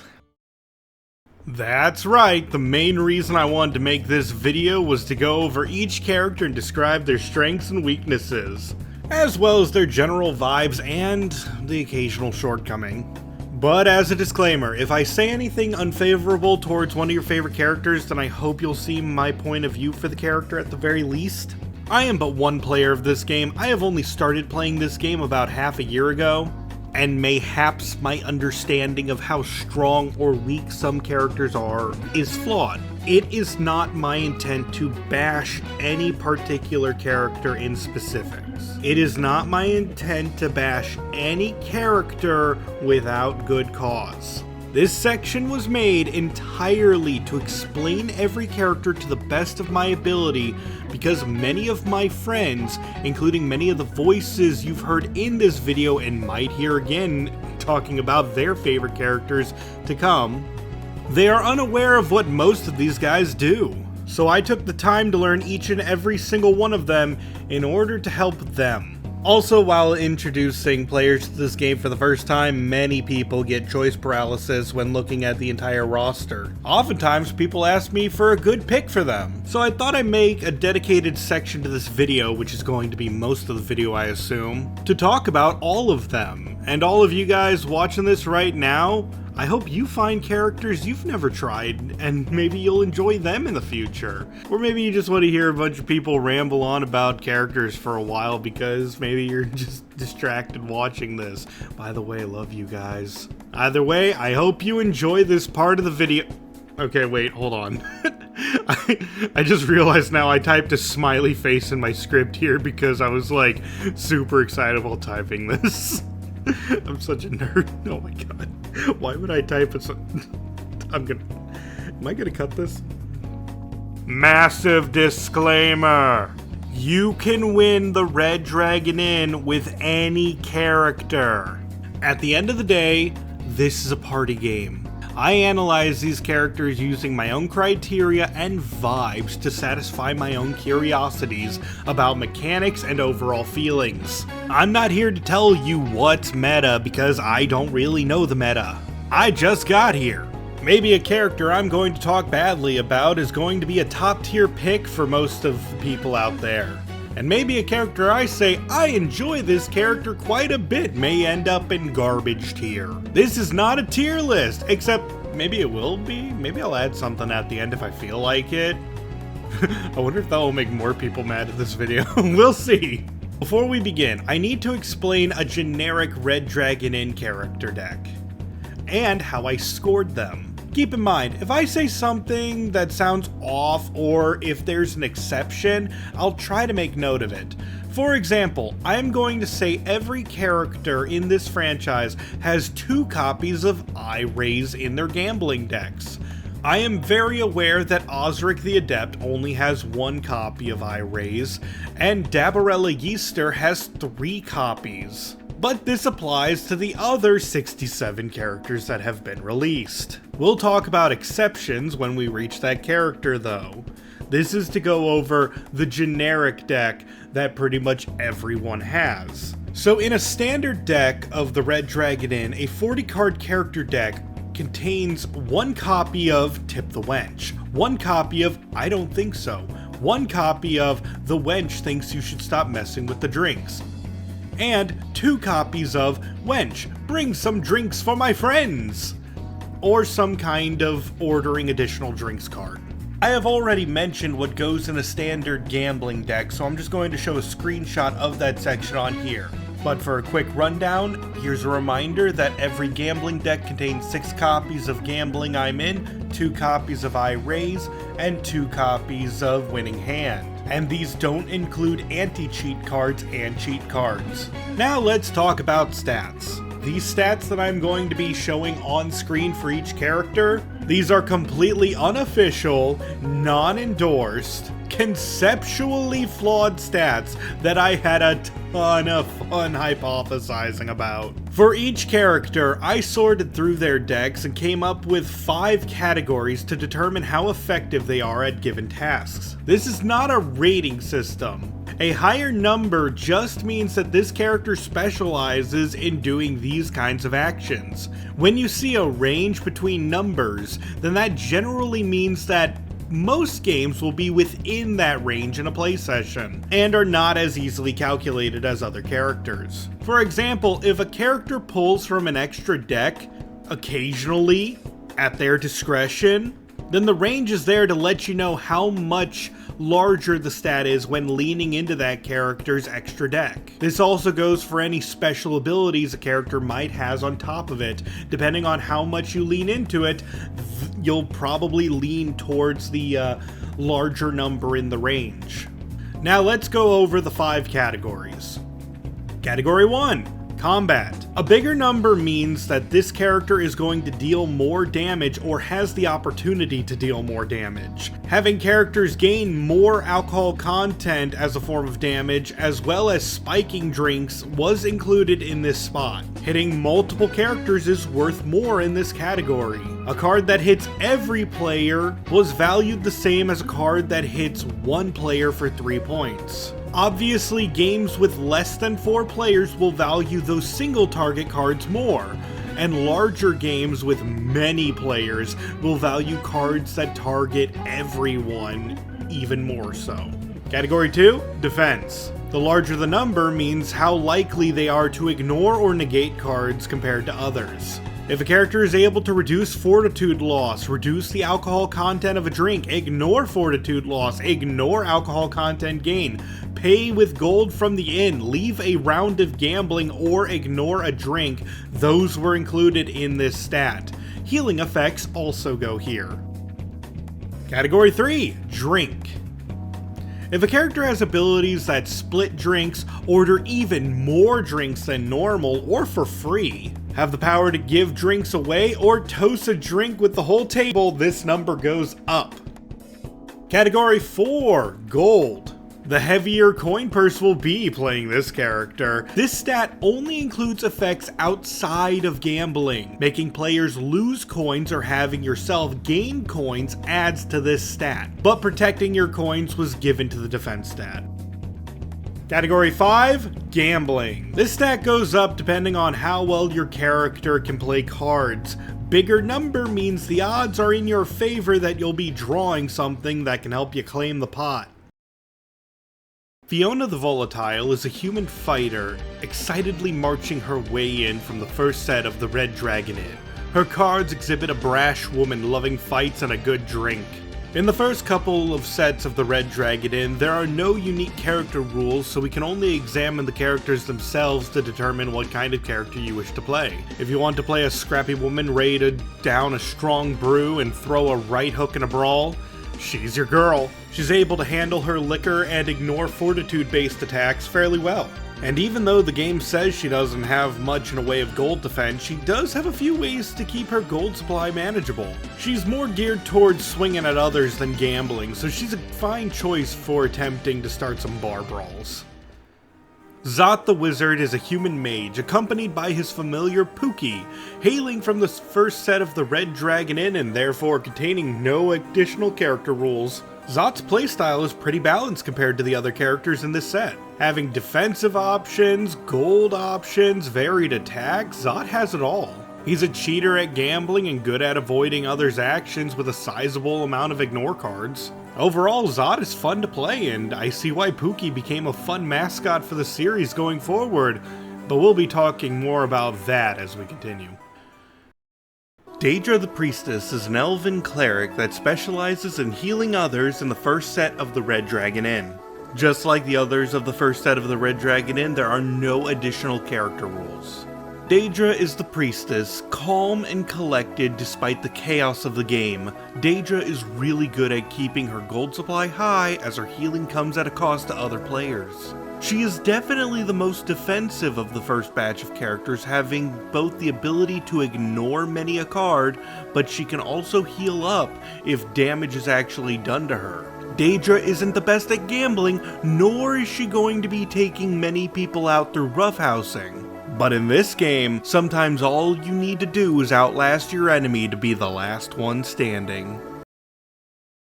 Gurky the Sneak is a halfling rogue sneaking into the first set of the Red Dragon Inn. Using trickery and deceit, he's a fun character to steal others' gold pieces, both in gambling and out of it. Having no additional character rules, you might write Gurky off as a weak character compared to some of the later ones. But allow me to assure you that when it comes to gambling experts, oftentimes it's the one without any special properties that takes the pot. So if you're feeling like gambling and gold over fighting and drinks, give Gurky a try and may the deck be stacked in your favor. Eve the Illusionist, human mage, appears in the second set of the Red Dragon Inn, meaning there are no additional character rules beyond the standard ones. Eve specializes in using her illusion magics to get out of more situations than others, and generally causing more mayhem than others as well. Playing into the illusion magic is my favorite part of using her. She has many abilities that are so fun to pull off that it does make others hesitate to mess with her, since they don't know how many tricks she has up her sleeve. Gog the Half-Ogre is a half-ogre fighter. Cruising his way into the Red Dragon Inn 2 set, this guy's an absolute unit of partying. With no additional character rules, Gog is a solid pick for anyone who wants to crash and thrash while boozing it up. Not that Gog is mean about it. Best part about this guy is every generic card Qaza mentioned previously, like I raise and Tip the Wench, has been altered to Gog's personality, like Gog raise and Tip Wench now! Gog fun, Gog powerful, Gog great time. Flick the Bard is a half-elf bard. Buskering his way in from Red Dragon Inn 2, he has no character rules and specializes in gambling. This is a dangerous combination because when I say he specializes in gambling, I mean we're talking top-tier gambler here. Gurky is up on the list as well, but I can only count on one hand the amount of characters who just might be better than them. That being said, gambling is not everything, and Fleck is unfortunately very punchable compared to the rest of the cast. I mean, literally, he doesn't have cards from protecting him for his fortitude. But you all watching would take advantage of that information, would you? Right? Please? Dimly the Dwarf is a dwarven fighter, proudly proclaiming to have a drink from the Red Dragon Inn 2. Dimly is a fun guy to party with, as he is the first character to excel in the drink aspect of this game. He loves to toss his drinks around, splitting them and spiking others' drinks. I like characters like Dimly. And strangely enough, it seems like the more powerful a drink deck is, characters who specialize around drinks tend to get more and more powerful as the series goes on as well. So keep that in mind when you see the drink score for some of these guys. The higher the drink score, you're gonna want a better drink deck to go along with it. Kaylin the Renegade, the Pixie Enchanter, flies in from Red Dragon Inn 3. She's accompanied by her wolf companion Wulfric for the night of drinking. To play as Kaylin, start with the usual setup. Then place the Wulfric deck in front of your placemat, and immediately reveal the top card of the Wulfric deck. This is now the discard pile for that deck. This determines Wulfric's mood, and the effect lasts until a new mood is revealed at the end of Kaylin's turn. Wulfric contains both positive and negative moods. An example of a positive mood is Loyal, where anytime Kaylin would lose Fortitude, she will lose one less. A negative mood is Rambunctious, where anytime Kaylin gains alcohol content, Kaylin also loses one Fortitude. Qaza points out here that his biggest concern with Wulfric is that his mood changes at the end of the drink phase, and not before the discard and draw phase. This concerns him because it's harder to play around if something goes wrong with Wulfric's mood.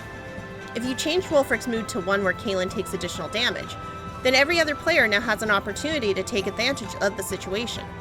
And the player using Kaylin has to hope that their hand is good enough to handle the situation. If Wulfric's mood changed negatively before the discard and draw, Kaylin's player would at least be able to discard and attempt to draw some protective measures to counteract this moment. I have to disagree with this statement as a player who uses Kaylin often. I can see it as a fair point, but if a player is playing Kaylin, there are cards to change Wulfric's mood. I also believe that part of the fun of playing as Kaylin is that Wulfric can harm or help you. It is up to you as the player to know about Wulfric's cards and be able to counteract as much as possible. But also Wulfric, 9 times out of 10, is helpful, not harmful. In my opinion, it isn't possible for most characters to counteract every attack on them anyway. Kaylin is also interesting in regards to her gambling deck, as she has only 5 copies of gambling compared to the usual 6. Her deck makes up for it with a 3rd copy of Winning Hand, however. Wizgil the Tinkerer is a gnome artificer, showcasing her latest device from the 3rd set of the Red Dragon Inn. To begin playing as Wizgil, place both her character deck as well as her gear deck in front of her. Whenever you play a card with gears on the sides of the name of the card, like what is shown here, then at the moment of activation, you must reveal the top card of your gear deck, and apply the effect to your current card where applicable. This can do various things like make the card effect stronger, weaker, change the effect to something else entirely new, or simply make the card stop working altogether. Wizgil is a very chaotic character, but the chaos is primarily focused on herself, and this can make some plays with her tedious, if some of your sometimes cards fizzle out when you need them most. And if you're left taking more damage, or your action cards deal less damage than they should. And it may seem balanced at first, where there's 3 cards that directly enhance the power of your cards, and 3 effects that decrease the power of your cards. There's 5 cards in this gear deck that stop effects altogether. Wizgil is equally frustrating to play as hilarious to watch scramble in the middle of a game. In my opinion, this game is at its best when chaos is involved, and Wizgil is great at chaos. Unfortunately, it's mostly targeting her. Brewmaster Frank is the troll alchemist testing out a new concoction from the Red Dragon Inn 3. Along with usual character setup, Frank begins games with placing Frank's potions deck in front of himself and revealing the top card of the potion deck for all to see. At this point, Frank can choose whether or not to sell the potion in front of themselves to other players of their choosing, specifically for the amount of gold shown on the card. No auctioning off to the highest bidder. If the potion says it's 1 gold piece for the potion, that's all Frank can make from it. Frank can also choose to hold on to his brews and use them for himself to give himself an advantage in the game. The potions, after all, act as an additional card to play. If Frank's turn begins and he still has his potion in front of himself, then he must reveal a second potion and discard one of the 2 potions. Frank is an incredibly strong character as he has a ton of damaging effects and stays on top of the gold game with selling his potions and being a capable gambler. He isn't without fault though, as he lacks most defensive capabilities. He has a single card to ignore fortitude loss, and after that, He has nothing to protect himself from other players attacking him. Frank is a bit of a glass cannon. His gold game is strong, even containing a second copy of Tip the Wench. If you can convince people he's not a threat, then your gold will be safe if they buy your potions. But if it stops being a gold game and people start slugging, it's time to close up shop and use the potions yourself. Serena the Pious is an orc paladin crusading in from the Red Dragon Inn 3. And I'm telling you guys that Serena is a completely normal character with easy to learn. Oh, Serena's Koresh, what is that?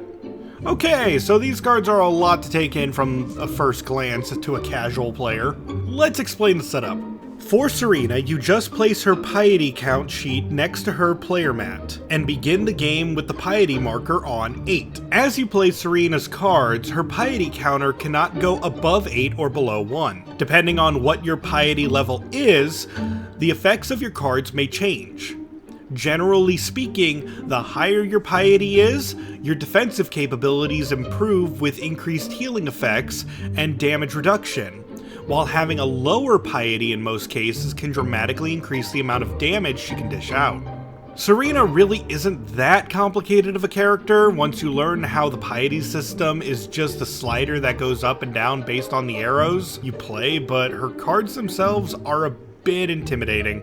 Not for first-time players, obviously. Serena does suffer from overcommitting to low or high piety. If you see a low piety Serena, then it's time to punish because her healing effects are weaker. And if you see a Serena with high piety, you can choose to gamble with her in an attempt to either make her lose her gold, or if she plays gambling cards, she'll lose her piety, and it's a lot harder to raise piety than lower it. Yar, mateys, Captain Elizabeth Whitehawk be a human sailor of the Crimson Drake sailing in from the Red Dragon Inn 4. And no, I'm not doing a pirate bit for the whole spiel. Despite having no additional character rules, Captain Whitehawk is a rather interesting character and is one of the few characters that doesn't really vibe with the stats that I came up with. If you're looking at just those, then this doesn't make a lot of sense, but the captain has quite a number of anytime cards, more than most, and when she gambles, she uses effects that are like cheating cards. Like taking half the pot at the end of a round, or having a card that ignores a winning hand that isn't cheating. So anti-cheating cards don't work against her. The captain doesn't score high in terms of combat, but she certainly can pass drinks out better than most. I'd say she's a well-balanced character focused on drinks, gold, and gambling. First mate Remy is a Drents fighter. What is a Drents? Serbian village? No. Drents race. France?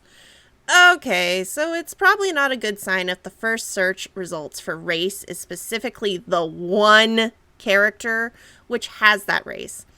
Is there Drents lore on the site? No. Okay, I'm just gonna say ocean elf or sea elf to describe them because they are blue. First mate Remy is from Red Dragon Inn 4, first mate of the Crimson Drake.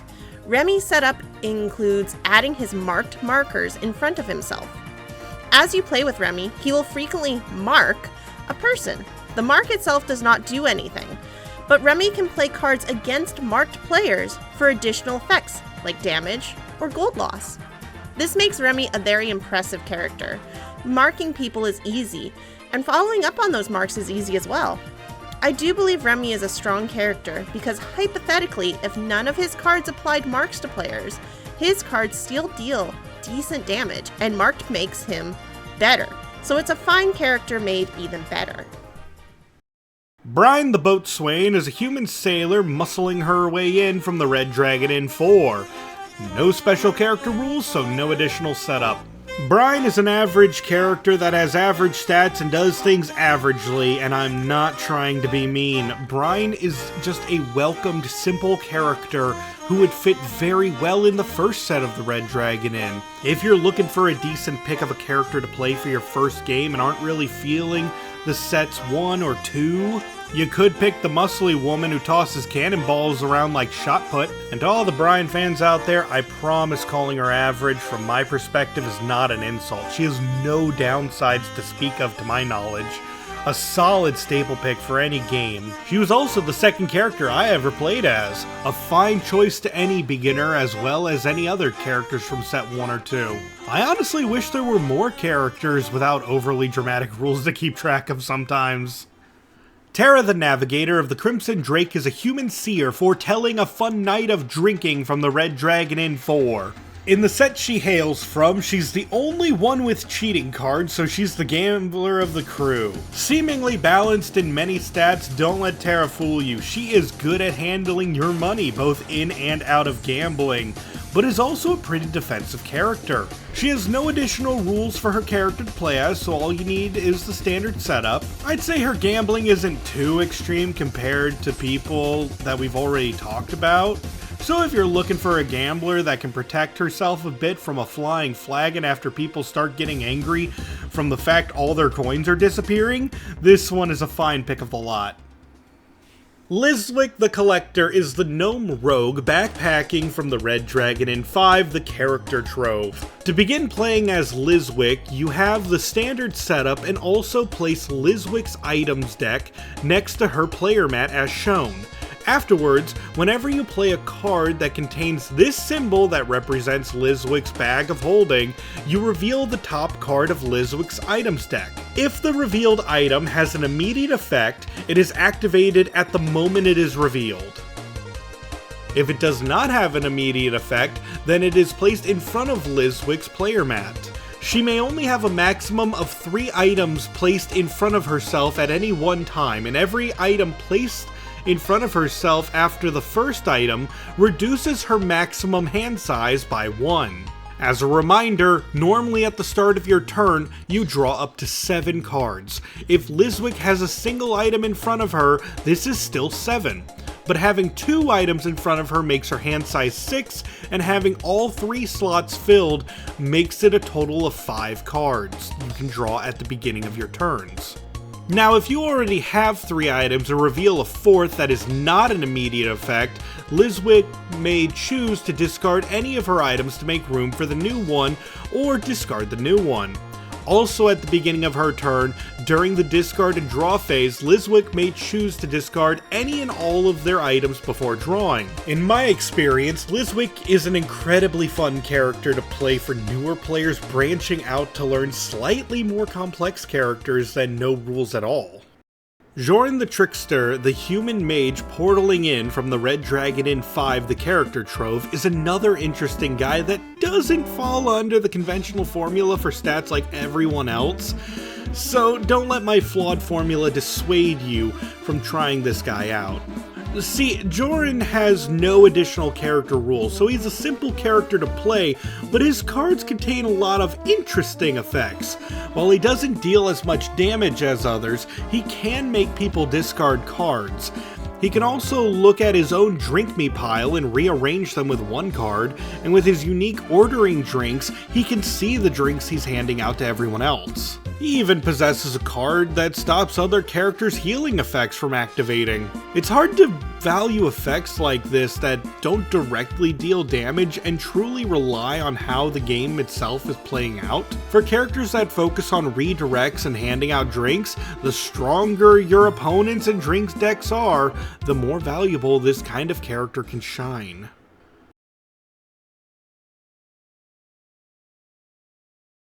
Zakan the Drunken Master is a half-elf monk stumbling in from the Red Dragon Inn 5, the character trove.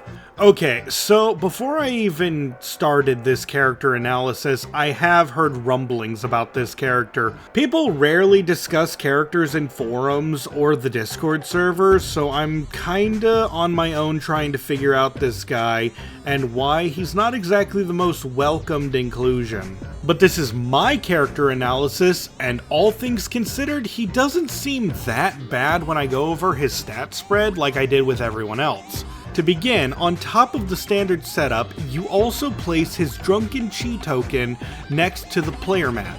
Whenever you drink and gain alcohol content from that drink, you may choose to increase your Drunken Chi by 1 point. When you gain a Drunken Chi point, you place it ahead of your alcohol content marker equal to your amount of Drunken Chi.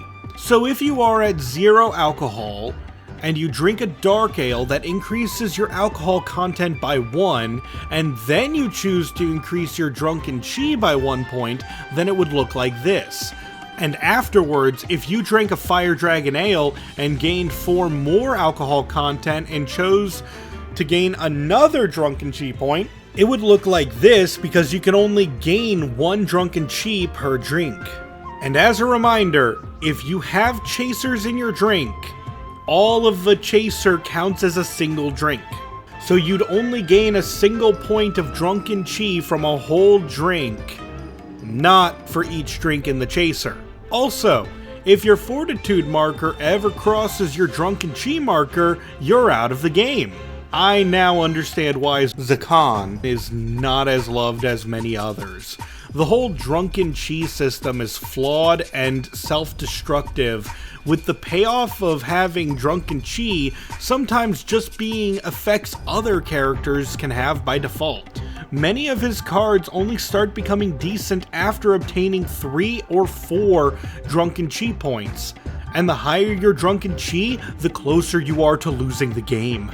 I understand the high risk, high reward playstyle they're going with, but we run into another issue that the only way to naturally gain drunken chi outside of the cards he can play that give him one, Zakan is praying the whole game for weak drinks that boost his alcohol content by like 1 point. This means, unlike other drink-based characters, Zakan, the drunken master, is most powerful the weaker the drink deck is. Also, with everyone I've seen attempt to use him, they struggle at keeping track of the counter.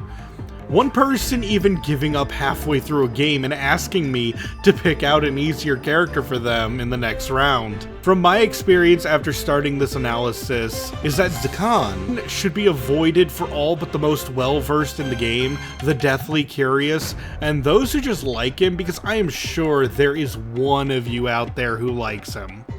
And if you do, genuinely, you're so valid for your choice, and I wish you nothing but 1 AC drinks for all of your games.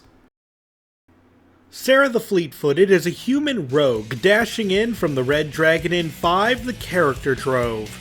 A standout character to be sure, Sarah is another character with no bonus character rules, focused on dealing damage, but more importantly is her speed. Fleet-Footed is her title, and many of her cards not only allow her additional actions, but also additional card draws. Sarah is incredibly capable of using actions and sometimes to drop a slew of cards and then hit people with gambling in the same turn. She also isn't horrible with defensive options either compared to other hard-hitting characters. I think in terms of characters with no additional rules, Sarah might be one of the best ones, but like I said at the start, I don't know what the community thinks about her. Maybe she's overpowered and a menace. Maybe she's underpowered due to needing to use many cards to deal about the same amount of damage as a character can dish out with 1 card. Either way, she is a fun pick and a must try for any player, whether they're a beginner or an expert. Aemondir the Cursed is an elf mummy that rouses from her eternal slumber in Red Dragon Inn 6 Villains. To begin playing Aemondir, simply place her scarab tokens next to her placemat and she's good to go. Now, whenever a card tells you to give a scarab to someone, give them one of your scarabs. At the end of a player's turn, if they have a scarab or multiple scarabs, they take 1 fortitude damage and return 1 scarab back to Aemondir, clarifying that it is not 1 fortitude per scarab, and it is not returning all of the scarabs at once. Example, if someone has 5 scarabs at the end of their turn, they lose 1 fortitude and give back 1 scarab. That leaves them with 4 scarabs, making it an incredibly slow but consistent form of damage. Aemondir is a delight to play as. Her scarabs are laughed because of how pervasive they can be. Did Aemondir hit you? That's a scarab. Ordering drinks? You bet that comes with a scarab. Splitting a drink? Scarab. Gambling? Scarab. No gambling? Scarab. Did you cheat at gambling? Oh buddy boy, that is 2 whole scarabs for you. Scarab, scarab, scarab, scarab, scarab, scarab, scarab. Well, scarab. So ultimately, if you're wondering why her combat stat is so high, it's because every single thing Aemondir can do is covered in flesh-eating giant, well, scarabs. If you see a Mundir at the table, there is no escape. Power through the bugs. I believe in you. Torgal Snarf Dunkleton, first of his name, the Goblin King, proclaims his right to rule in the Red Dragon Inn 6 villains. Torgal Snarf begins the game with 2 extra gold pieces. These can be the special Torg branded pieces, but this is not strictly mandatory. His liege plays the game similarly to everyone else until you find a minion card. Playing a minion card places the minion in front of Torgal Snarf's player mat and then activates his ability. Afterward, the minion remains in front of him until the end of the game, or until such time that the king refuses to pay for his minion. As you can see from Torg's stats, his damage is rated fairly low but with an added asterisk, because it's hard to stat a potentially infinite damage character. With both of the king's damaging minions, Torg can deal 2 damage to 2 players, or the same player twice, every single turn on top of his normal action. If left unchecked, King Torgal Snarf will run away with the game once he has a sizable lead on everyone else. But that's not the most dangerous aspect of His Majesty. No, the minions can be dealt with by targeting them. You see, every time you hit a minion with fortitude loss, the king must open his coffers to pay the wages, each and every time. Torgal Snarf requires vast amounts of gold in order to support his lifestyle, and many of his cards require gold. Fortunately for him, the Goblin King is very well equipped to obtain lots of gold quickly. The king is a cheat, cowardly, and needs money to really take over the game. It is mentioned with a previous character that Q had heard about some character strengths before playing them, and Torgal Snarf is considered by many to be top tier. The only issue with playing Torgal Snarf Dunkleton, first of his name, is that once everyone has seen what he can do, he becomes a top priority target in every game that follows. Hi there, I'm Folly Knight 3D. I don't play as much Red Dragon Inn as the other Tricksters do, but I still wanted to be part of the project anyway. The character I wanted to talk about was one that I got to try previously, Darika the Mindbreaker. Look at her, isn't she cool? Darika the Mindbreaker is a Deep One mentalist subjugating the weak-minded from the Red Dragon Inn 6 villains. She has no additional character rules, so all you need to play with her is her character deck. Darika is a simple character to play, but contains quite a few cards that can mess with other players. She may not have any tokens or extra deck, but her character cards have unique properties that are uncommon or currently not at all seen elsewhere in the game. For example, using your opponent's hand to gamble for you, outright negating an action card and making them try another one, or quite a few cards that simply allow you to see an opponent's hand mixed in with other effects. While she can be played by anyone, Darika is best in the hands of a high-level player due to receiving so much hand knowledge from an opponent, and a newer player may not understand which cards are direct threats to them. So here's some quick tips about hand knowledge. Learn what the 3 main gambling cards look like so you can know how dangerous they can be in a round of gambling. And check how many sometimes cards are in their hand by counting how many of them say they're sometimes cards. While memorizing every card in the game is difficult, counting their sometimes cards will at the very least tell you how defensive they are. Despite being an easy-to-play character, Darika requires knowledge of the game before one can fully appreciate her skill set. Thank you for listening, bye!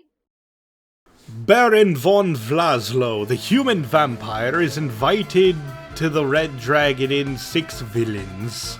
To begin playing as the Baron, his setup is more unique than most. First, take his 30-card character deck as opposed to the standard 40 cards, and then you also place Vlaslo's 8-card bat deck and 8-card wolf deck in front of his player mat. Then take Vlaslo's blood tokens and place them within easy reach. To play as the vampire shapeshifter, you must acquire blood tokens. At the bottom right of many of Vlaslo's cards, they contain 1 or 2 of these blood token symbols. Upon playing a card with this symbol in the bottom right hand corner of the card, you acquire that many blood tokens. So using this card will net you 1 token, and this card would have you take 2 blood tokens, sorry. So let's say you have blood tokens. At the beginning of your turn, during your discard and draw phase, after you finish discarding cards, whether or not you actually discard it or not, before you draw from your character deck, you may draw from either your wolf deck or your bat deck for the cost of 2 blood tokens per card. You may not draw more than your maximum hand size when doing this. After drawing from your shapeshifting deck, then you draw from your character deck if you have not reached your maximum hand size. Vlaslo without using his shapeshifting decks is one of the weakest characters in all of the Red Dragon Inn franchise. Most beginners that I have seen use Vlaslo tend to underestimate how much you need to use the shapeshifting decks. Vlaslo's Bat deck contains Vlaslo's only gold gain cards and several defensive cards that are far better than any other defensive options he has in his character deck. Vlaslo's Wolf deck, on the other hand, is absolutely stacked with fortitude damaging effects. When playing as Vlaslo, I cannot stress enough to use your shapeshifting deck to add to your arsenal as you deem necessary. And if you're playing against Vlaslo, pay attention to which shape-shifting decks he's pulling from and plan around it, or hope that the ale will satisfy his thirst. Warthorn Redbeard is a dwarf businessman and owner of the name of the game, sitting down to spin a yarn in the Red Dragon Inn 7, the Tavern Crew. On top of the normal setup, place Warthorn's Stories deck in front of his player mat. Whenever you see this symbol representing Warthorn's pipe, you reveal the top card of Warthorn's Stories deck and tell a tale of days gone by. Resolving the effect of the story, it is then discarded and the game continues. A very simple and fun character and another fantastic choice for those looking to branch off of characters with no extra rules. He is a surprisingly durable character, with his stories adding quite a lot to his kit, and like only one story has a purely negative effect of gaining a single alcohol content. Otherwise, his stories are either purely beneficial or a little good and a little bad. Being the owner of the bar, he tosses out drinks like no tomorrow and knows his way around a bar fight. That being said, you might get a few groans at the table when playing another card and proclaim, "This reminds me of a story." But just laugh it off and continue a fun night of drinking. Remember that the characters with a high drink score are stronger the drink deck is. Molly the Stablehand is the halfling laborer of our fine establishment, clocking in for a day at work in the Red Dragon Inn 7, the Tavern Crew. To begin playing as Molly, on top of the usual setup, place the Stable deck next to Molly's player mat on the left side.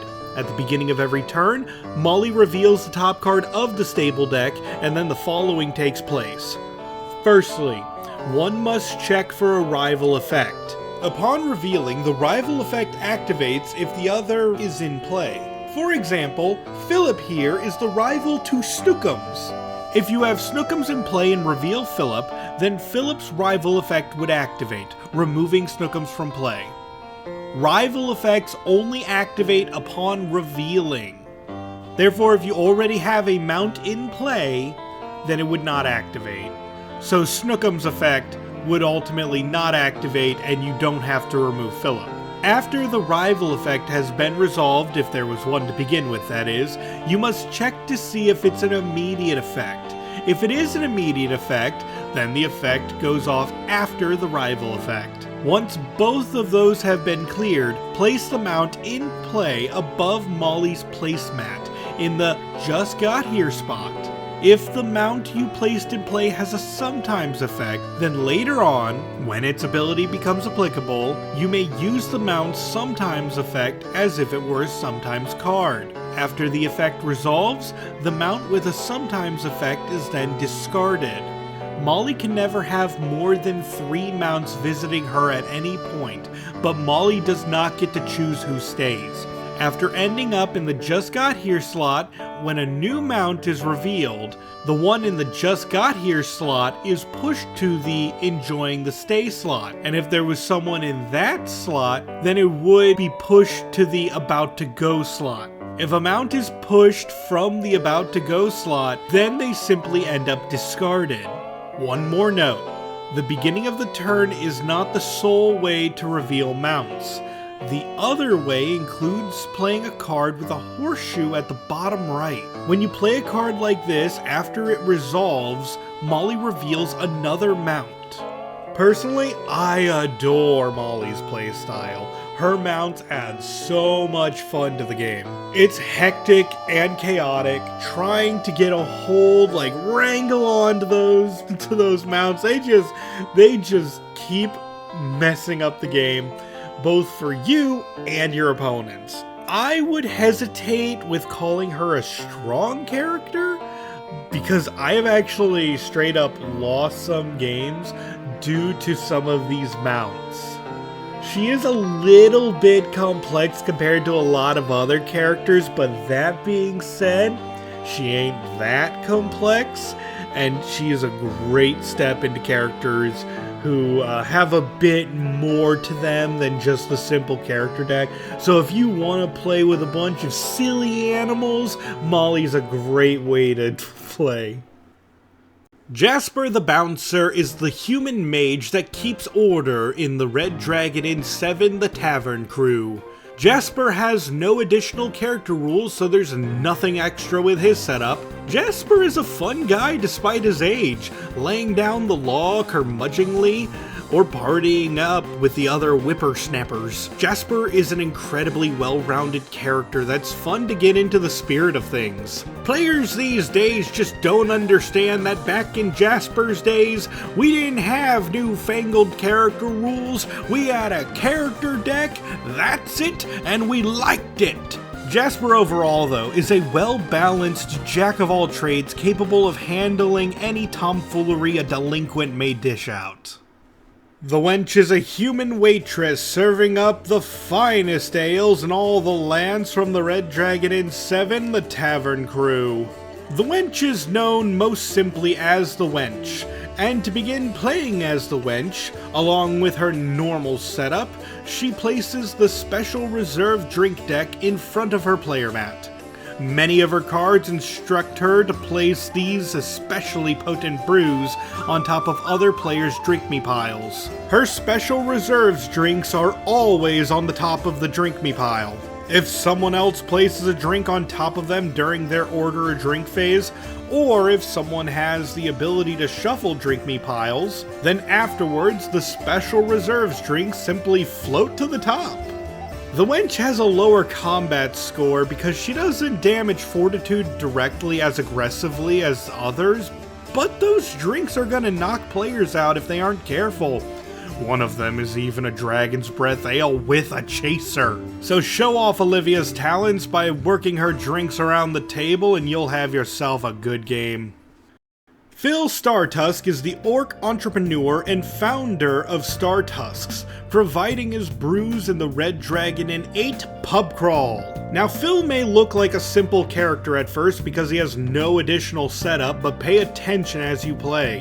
Whenever you draw cards, if you draw one of Phil's mix-in cards, then you must immediately reveal the mix-in by placing it on his mix-in shelf above his player mat. You do not draw to replace these cards. The mix-ins above his player mat do not count as cards in his hand, so you could potentially have a full hand as well as many mix-ins as the game goes on. Whenever a drink is revealed, Phil may add a single mix-in to a drink before discarding the mix-in. So you can't just load up a single drink with like 4 mix-ins all at once or something like that. Phil has a great many cards in his deck to mess with people's drinks, and as the game goes on, Phil's collection of mix-ins expand. I will say a downside of Phil is that due to the mix-ins coming out of your hand, if your opening hand consists of 3 or more mix-ins after discarding, Eventually, players are going to notice having fewer cards means fewer chances to defend yourself and might take advantage of your lower hand count on turns when you draw a large number of mix-ins.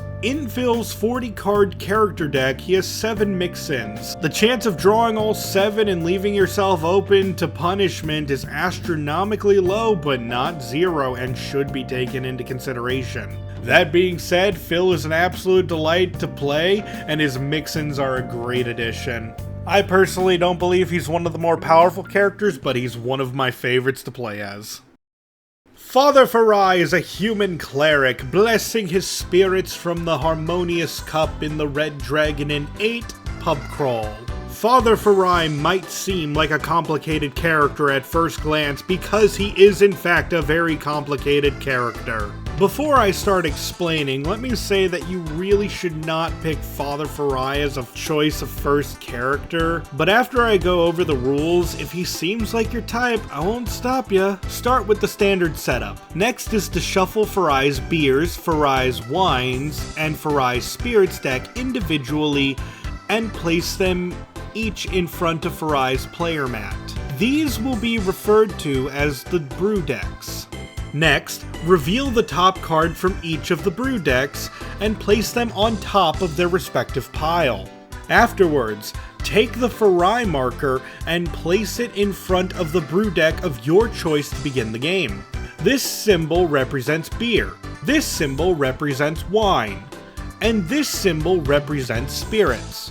In the bottom left-hand corner of almost every card Farai plays, there will be one of these symbols. When you play a card whose symbol matches the brew deck that the Farai marker is in front of, add a token with the matching symbol on the top of the drink. Meaning, if the Farai token is in front of the beer brew deck, and Father Farai plays a card with a beer symbol in the bottom left, then Farai places a beer token on top of the beer card. If Father Farai plays a card with a symbol that does not match the brew deck the Farai marker is in front of, then the Farai marker moves to that symbol's brew deck instead. If Farai plays a card with this symbol, this is Father Farai's mash paddle, and it allows you to either move the Farai token to a brew deck of your choice, or place the corresponding brew deck token that the Farai marker is currently in front of on top of the brew. Once the amount of brew deck tokens equals the number indicated on the top right of the card, then the brew activates immediately as if it were an action card played by Father Farai. After all cards from a brew deck have been exhausted, you may place the Farai marker above the brew deck of your choice. The brew decks do not get reshuffled or reused, they simply stay discarded for the rest of the game, and playing any card that has that brew deck symbol does not move the Farai marker, nor add brew tokens anymore. The Farai Beers deck consists of fairly weak effects, and all require 2 beer tokens to activate. The Farai Wines deck are slightly stronger than beers, but require either 2 or 3 tokens to activate. Lastly, Farai's spirits have the strongest effects, but require either 3 or 4 tokens to activate. Playing Father Farai is a complex matter. You're equally fighting your opponents as you are tossing your own cards away to draw the cards with the right tokens, or maybe you're just kinda ignoring the brews and watching your Farai marker dance up and down the brew decks without placing any tokens in the whole game. I haven't even talked about the character yet. Farai is a fairly defensive character who plays most of his combat damage from his brews. So if you don't use those, you're kinda out of luck. Otherwise, he's needlessly confusing. Have fun, Father Farai enjoyers. Even though I think I understand how he's played, I have seen too many players overwhelmed just glancing at him.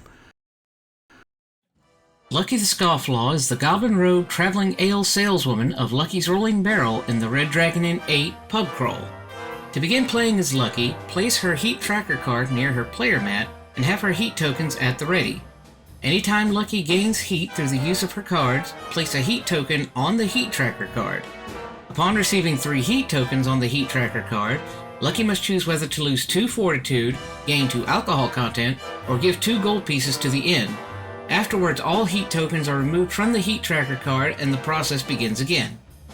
The effect after gaining 3 heat cannot be reduced, ignored, redirected, or paid for by the inn in the case of gold. Nothing. You reap what you sow when it comes to accruing heat. That being said, it's not all bad.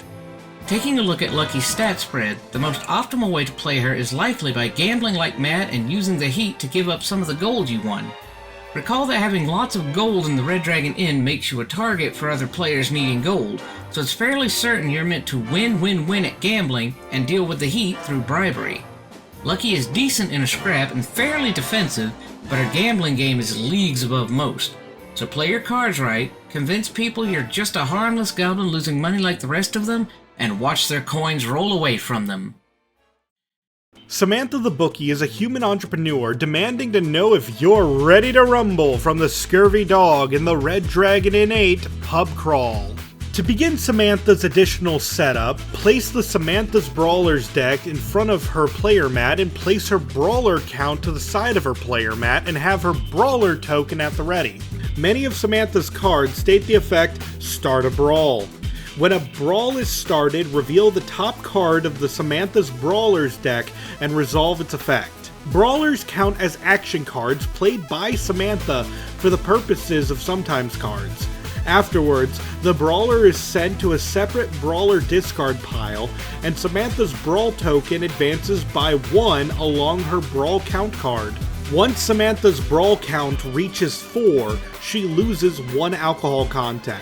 At a Brawl count of 7, she gains 1 gold piece from the inn, and once the Brawl count reaches 10, once every order a drink phase, Samantha may order 1 additional drink for the rest of the game. If Samantha runs out of Brawlers from her Brawler deck, then the discard pile of Brawlers is reshuffled and continues as normal.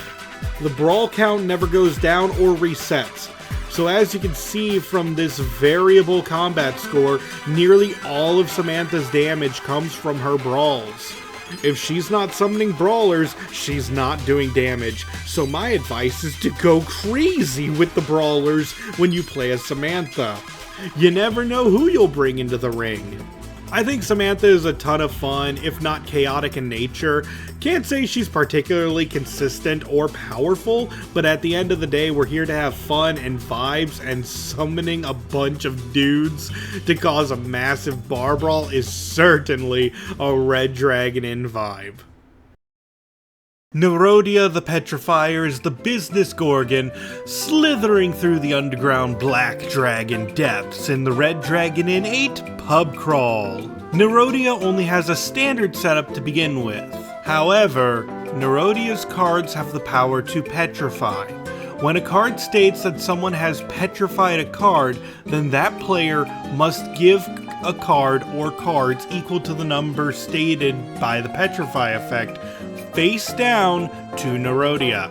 Nerodia then puts face down cards on the bottom of her petrify pile, so newer cards go underneath, where it will stay there until one of 2 things happen. First, decay. At the start of every turn, Nerodia must return the top card of her petrify pile to the hand of the player it belongs to. Second, glare.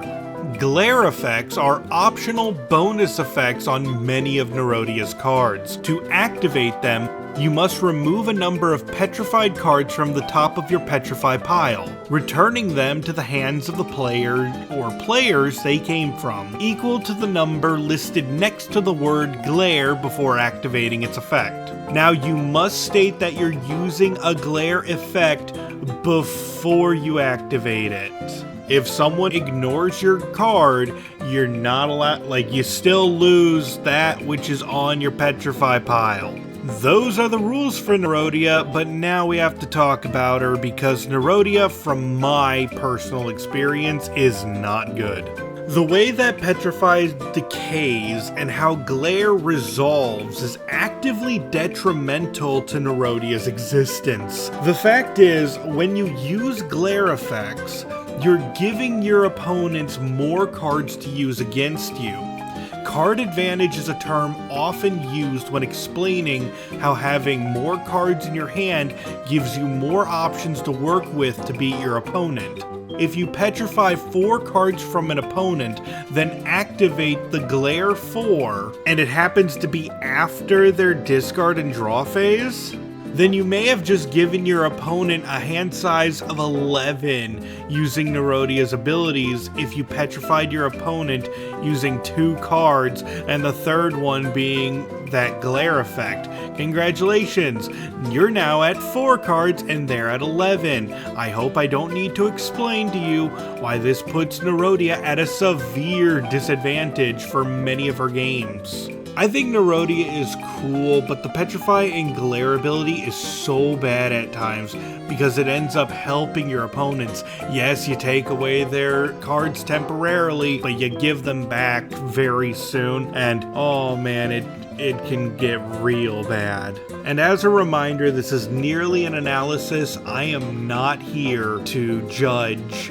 how to make it better or how I would fix it. I'm not here to do that. I just wanted to state that this mechanic, from my perspective, again, maybe it's super good and I don't know how to play her, but I've given her a shot a couple of times and it just doesn't work out. That being said, I think the character is a really cool design, and I gotta say, she's still not a bad character.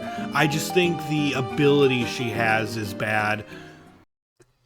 Jet the couriers, the Cobalt acrobats spring about with packages to deliver in the Red Dragon Inn 9, the Undercity.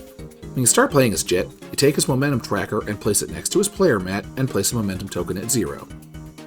At the beginning of Jet's turn, increase your momentum by 1 to a max of 3. Several of Jet's cards will cause him to gain or lose momentum or have effects based on how much momentum you have at the moment. Jet is a pretty easy character to understand. Unfortunately, that doesn't translate to being a very powerful character.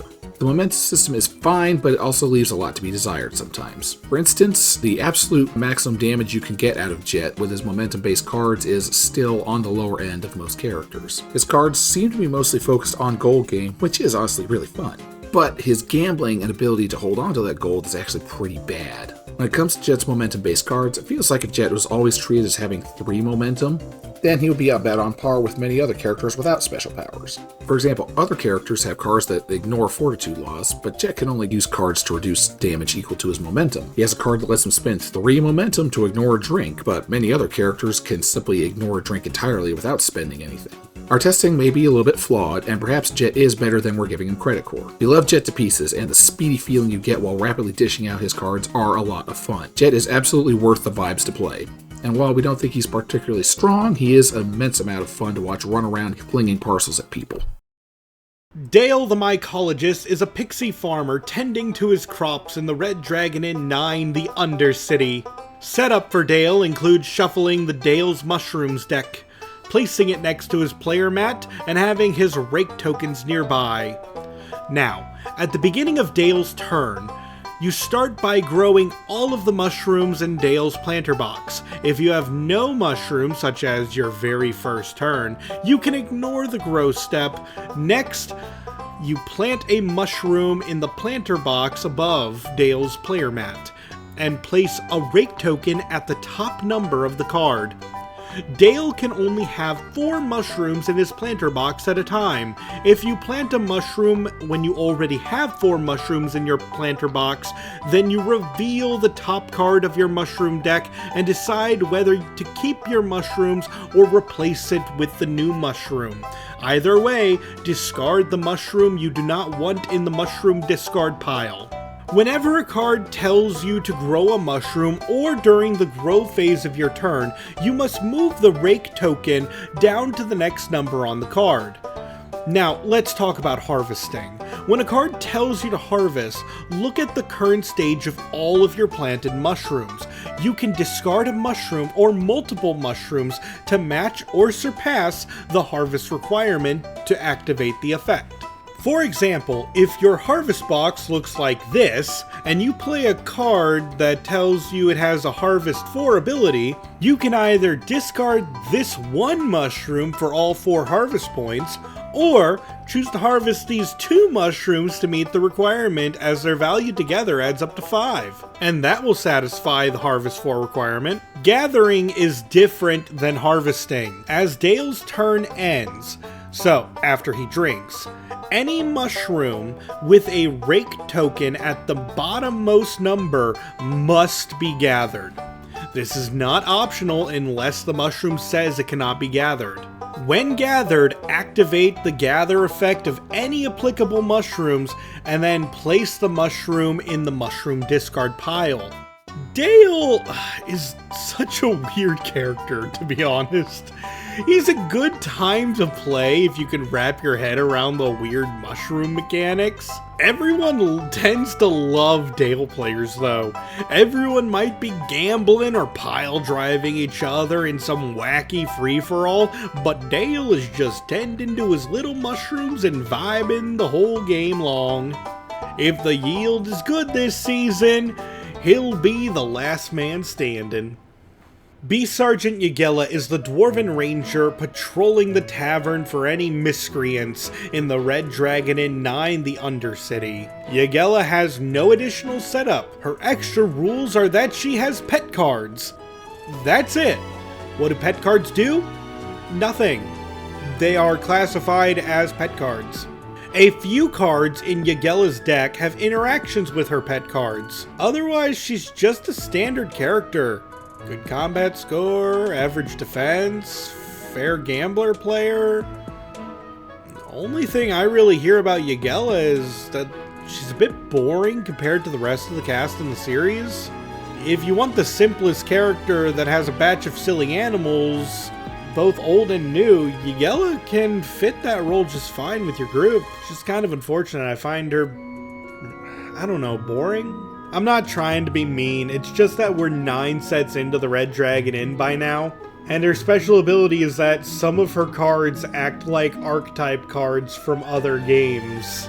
And that's it. I should ask around at some point how people feel about her, but to my knowledge, most people just think she's just kinda there. Dr. Tercy is a human physician treating those even when off the clock in the Red Dragon Inn 9, the Undercity. Dr. Tercy requires the Tercy's Patients deck to be shuffled and placed next to his player mat while keeping Tercy's medical supplies, including bandage tokens, salve tokens, and splint tokens nearby. Afterwards, reveal the top 2 patients and place them in front of his player mat. These are Dr. Tercy's waiting patients. As you play the doctor's cards, you will see symbols in the bottom left-hand corner of his cards representing the medical supplies. After all other effects of the card have been resolved, Dr. Tercy then places the medical supplies shown on the card onto his player mat. If the symbol has multiple medical supplies like this, then you choose one of the medical supplies to take.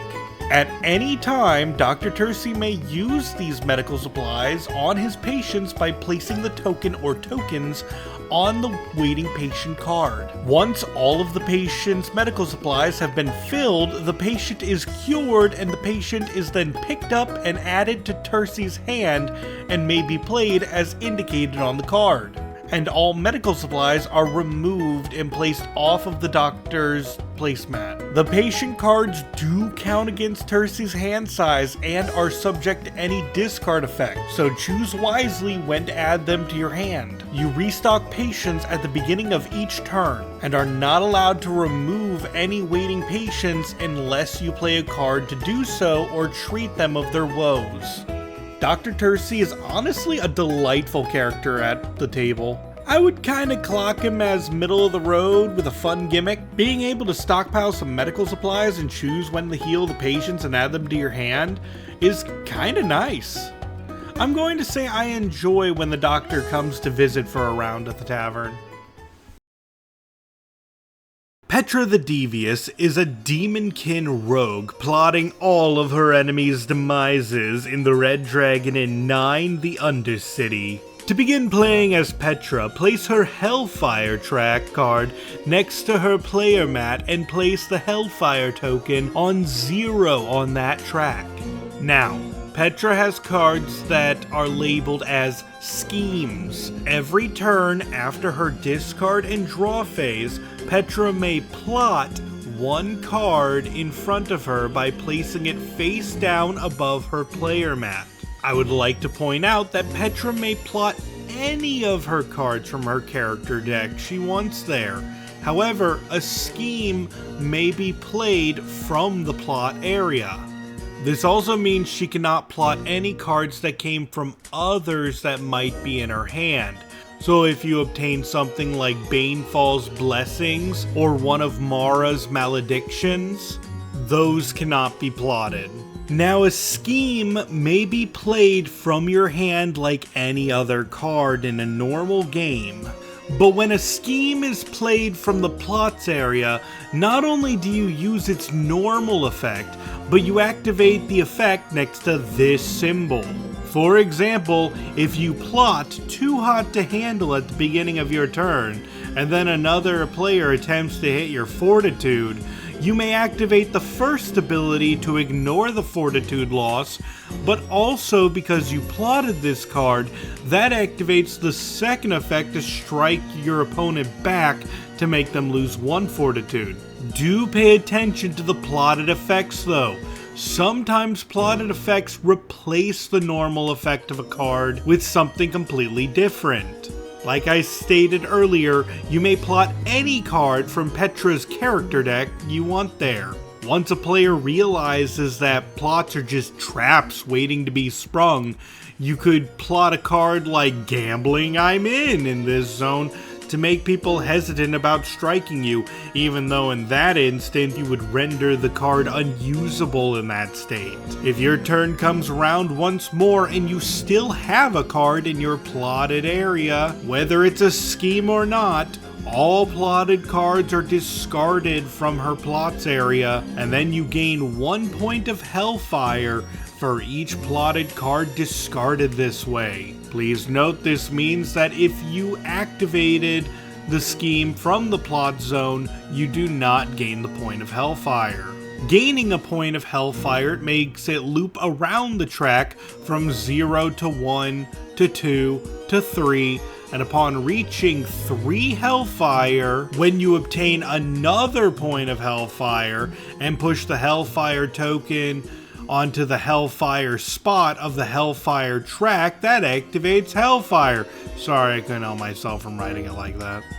Upon Hellfire's activation, you pick another player and they lose 2 Fortitude. Afterwards, the Hellfire token is immediately sent back to 0 and the process repeats. Hypothetically, if 3 plotted cards were discarded while you're at 3 points of Hellfire already, then you would activate Hellfire with the next point, the track would reset to 0, and then you would get to move 2 more Hellfire points as they carry over after the activation. Petra has a lot of rules to her, a lot of scheming, a lot of planning how you're going to play her. That being said, I think Petra is incredibly fun to play as.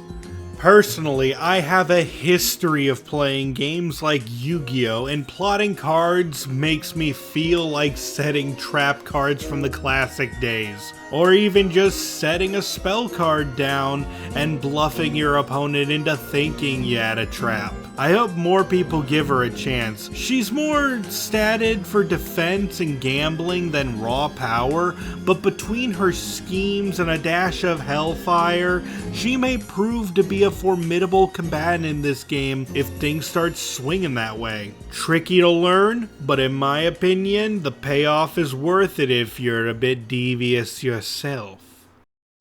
Before we talk about the next group of people, I would like to remind everyone that I have never seen a single podcast, episode, session.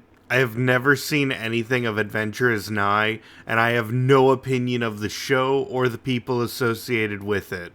So I cannot comment on how much it feels like playing the pre-existing characters, though I did look up the races and classes of everyone because for some reason the game didn't decide to do that.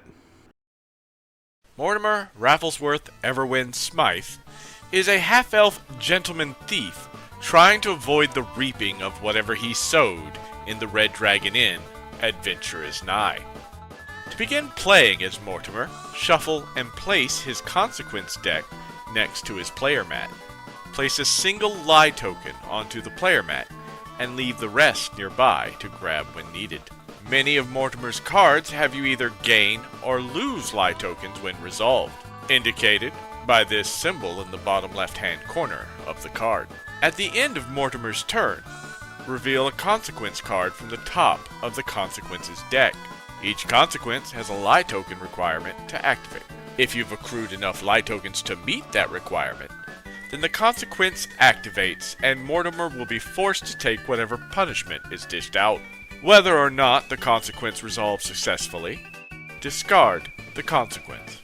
Once all the consequences have been exhausted, shuffle the discarded consequences, and that becomes your new deck.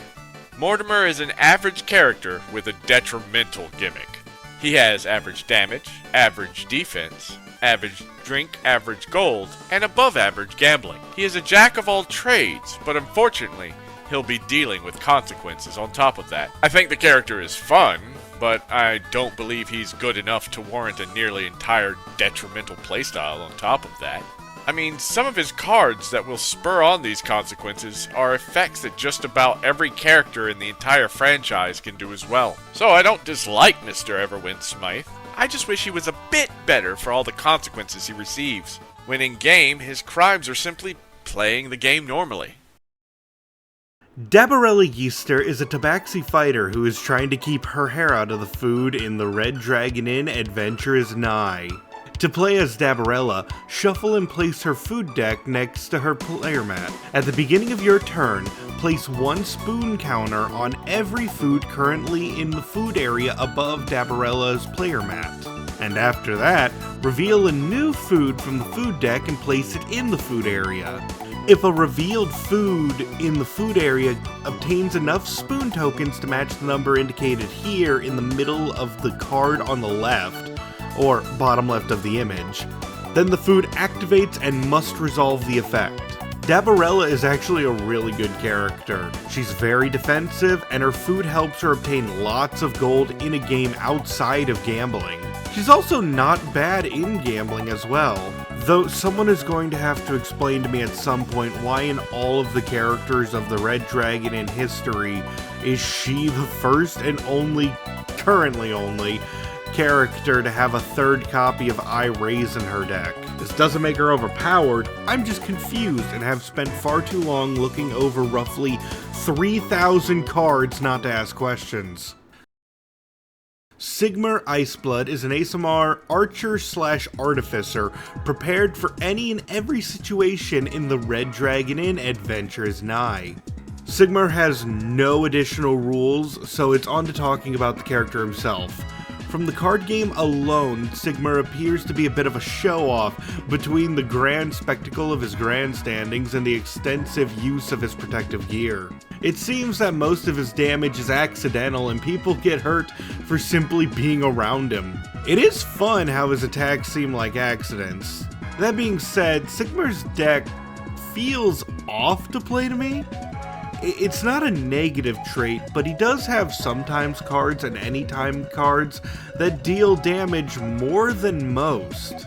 And 1 fortitude or 1 alcohol content for a card doesn't seem that bad, but it does mean that in certain situations against Sigmar, a player that's like 3 points away from losing can be pushed to lethal by Sigmar when it's not even Sigmar's turn. It's a low chance admittedly, but not impossible and worth watching out for. Also, Sigmar has a lot of situational sometimes cards, and I know all sometimes cards are situational, but you will often run into this problem playing Sigmar where it asks you to have like less than a certain amount of fortitude, or more than a certain amount of alcohol content, or less than a certain amount of gold, which these things will often happen when playing the Red Dragon Inn.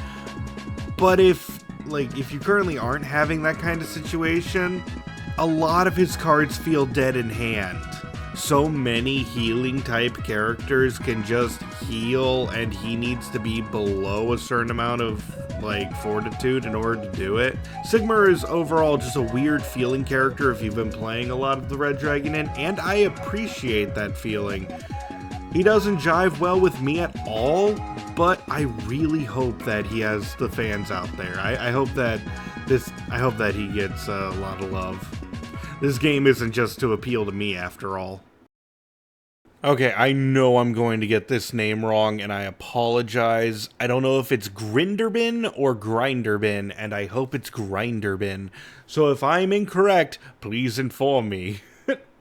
But I will be saying his name a lot, so I'm just hoping it's a grinder. Anyway, Grinderbin is a Dakaria artificer offering you completely safe magical wares in the Red Dragon Inn Adventure is Nigh.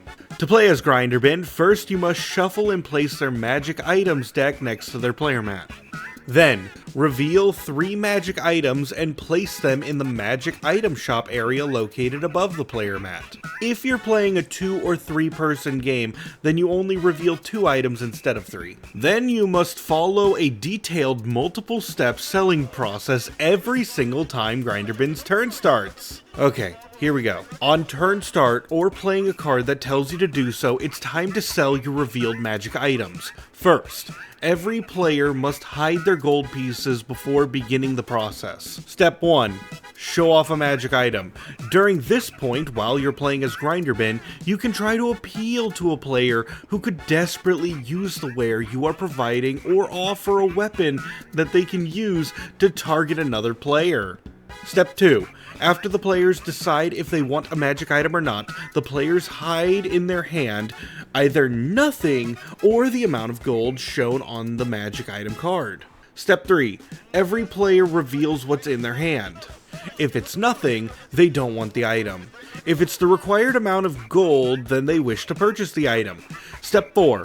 Grinderbin must sell the item to one of the players that offered gold, and Grinderbin chooses who gets the magic item. If a player already has a magic item, then Grinderbin must sell to a player that does not have a magic item before selling to a player that already does have one. If everyone opens their hand to reveal that no one wanted to buy the item, then the magic item goes into the magic item discard pile. Step 5, this one's kind of obvious, give necessary amount of gold to Grinderbin. And finally, step 6, place the magic item in front of the player who purchased it. It is not added to their hand and may be played when applicable. If that player already has a magic item, then the previous magic item is discarded. This process must be repeated for every item Grinderbin sells, every turn, and if a card says so, making it more often. After selling is over, Grinderbin reveals new magic items for next turn's shop. Aside from the selling mechanic, Grinderbin overall is a wacky character brandishing some sort of umbrella and quacking at people. I don't get it. I take it it's a reference to the source material, maybe. I just think it's a bit kind of out there and more of an in-joke, but that's probably why you're buying this set. So let's talk about the downsides of them. If Grinderbin is not making money, Grinderbin is not strong. The best way to deal with Grinderbin is to simply not buy their wares ever. Many of Grinderbin's cards require them to use money to function at full power, so if you want to know how to fight a Grinderbin, that's the weakness right there. But even more than that, my table hates the item shop so much. It completely kills the pacing of the whole game. You have to go through the process of hiding gold and then doing that hide gold in your hand thing 3 times a turn before Grinderbin even plays an action. And once players realize that Grinderbin needs cash to exist, many of the reveals will be everyone's hands just being empty, just so Grinderbin doesn't get a leg up.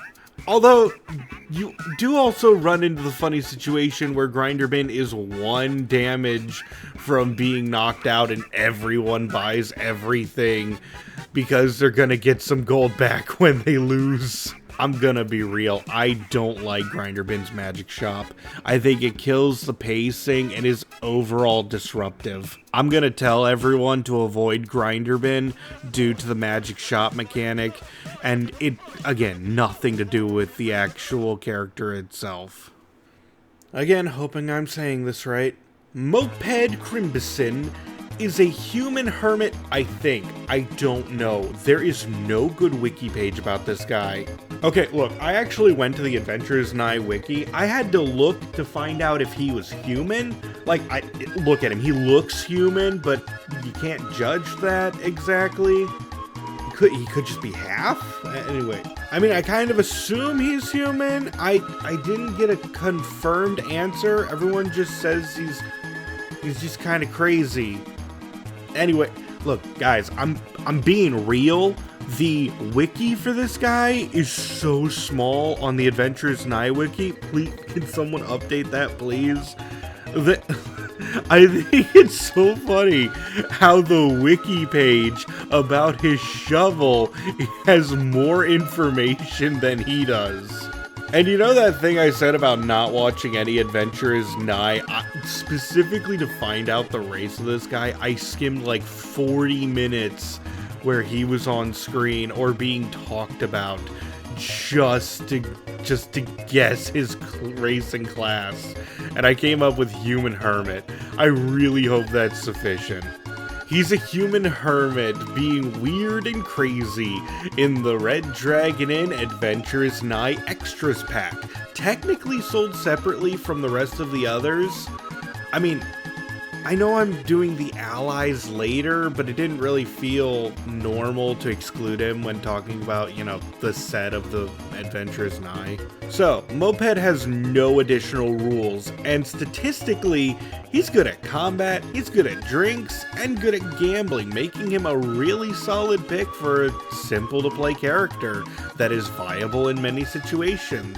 His lower than average defense means he can't really take as much as he dishes out, but not so defenseless that I'd call him a glass cannon. I'd say he's an above average versatile character, although he is sold completely separately, so we're going to have to consider if he's worth buying his extras pack for him for a completely normal character.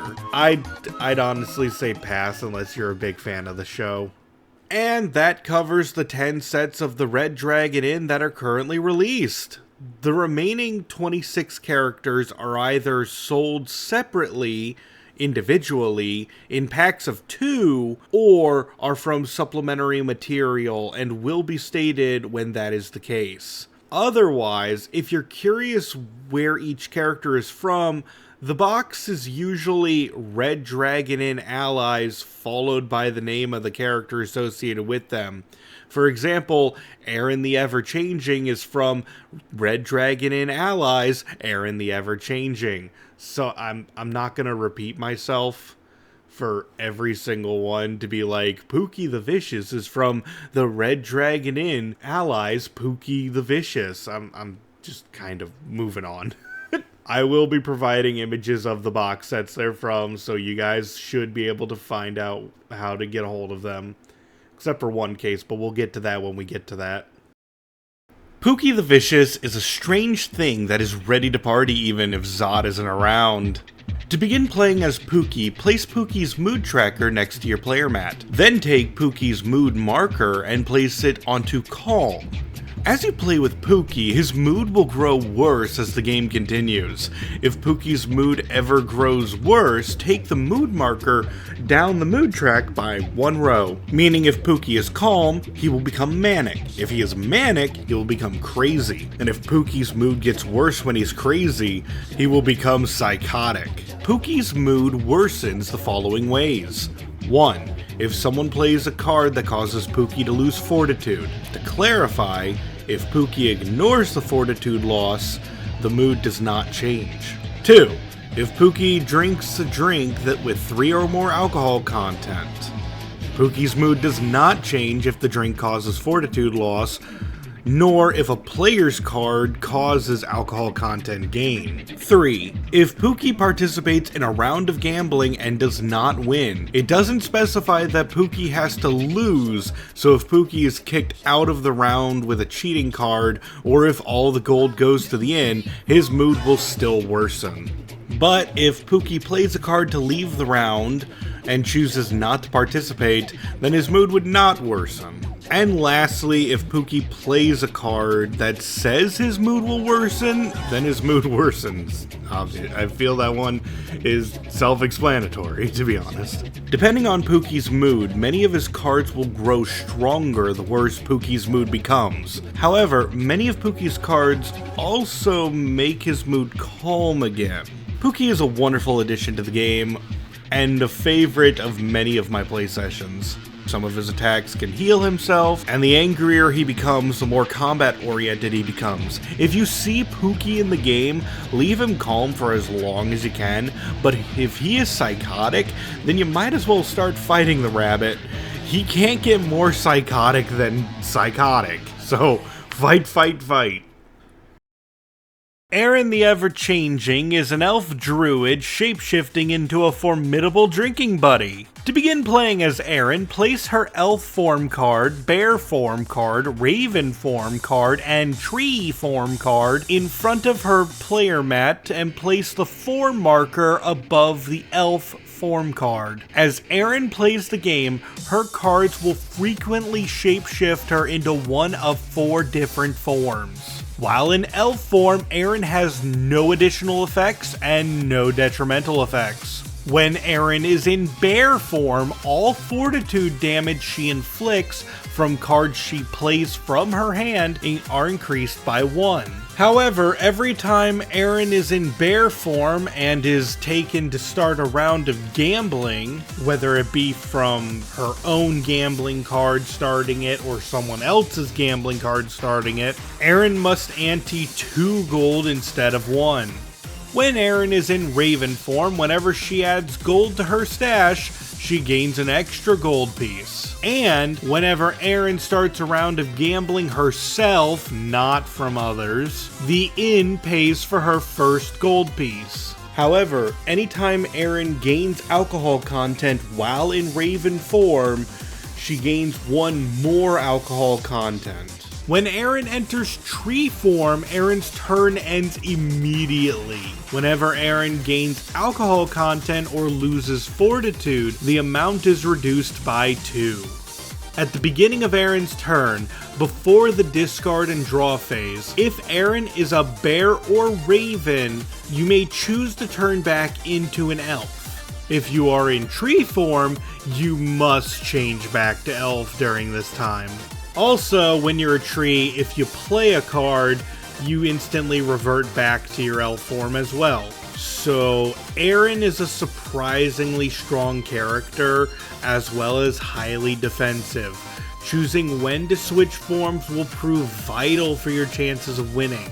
If you're playing against AiN, I think it's obvious that you should gamble the bear whenever you see it, give the raven extra drinks, or use cards that affect alcohol content, and gamble and give drinks to the tree.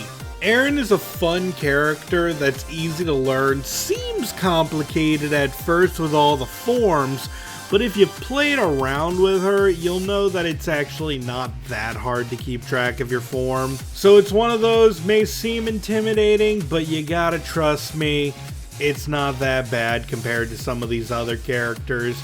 You just gotta pay attention to which form you are currently, and then just let the rest roll. She's a fun character that you'll pick up easily. Cormac the Mighty is a human barbarian, seeming more interested in bar fights than booze. To begin playing as Cormac, place Cormac's 4 rage tiles near his player mat, in the order of A, B, C, and D. Anytime a card with a rage symbol resolves, it is placed face down on top of Cormac's building rage pile. If a card has a double rage symbol, then you place that card face down on top of the building rage pile and are given the option to place any other card in your hand on top of the building rage pile as well. Once the number of face-down cards in your building rage piles equals the amount of cards shown on the next lettered rage tile, move all cards from your building rage pile to your raging pile, and flip over the next rage tile. In order to flip over tile A, you must place 2 cards in your building rage pile over to your raging pile. Only then does it activate it. Then, start building rage further to tile B with 3 more cards to make it a total of 5, and it continues from there. You begin the game with no rage. When rage tile A becomes active, anytime Cormac causes fortitude loss to another player, the amount is increased by 1.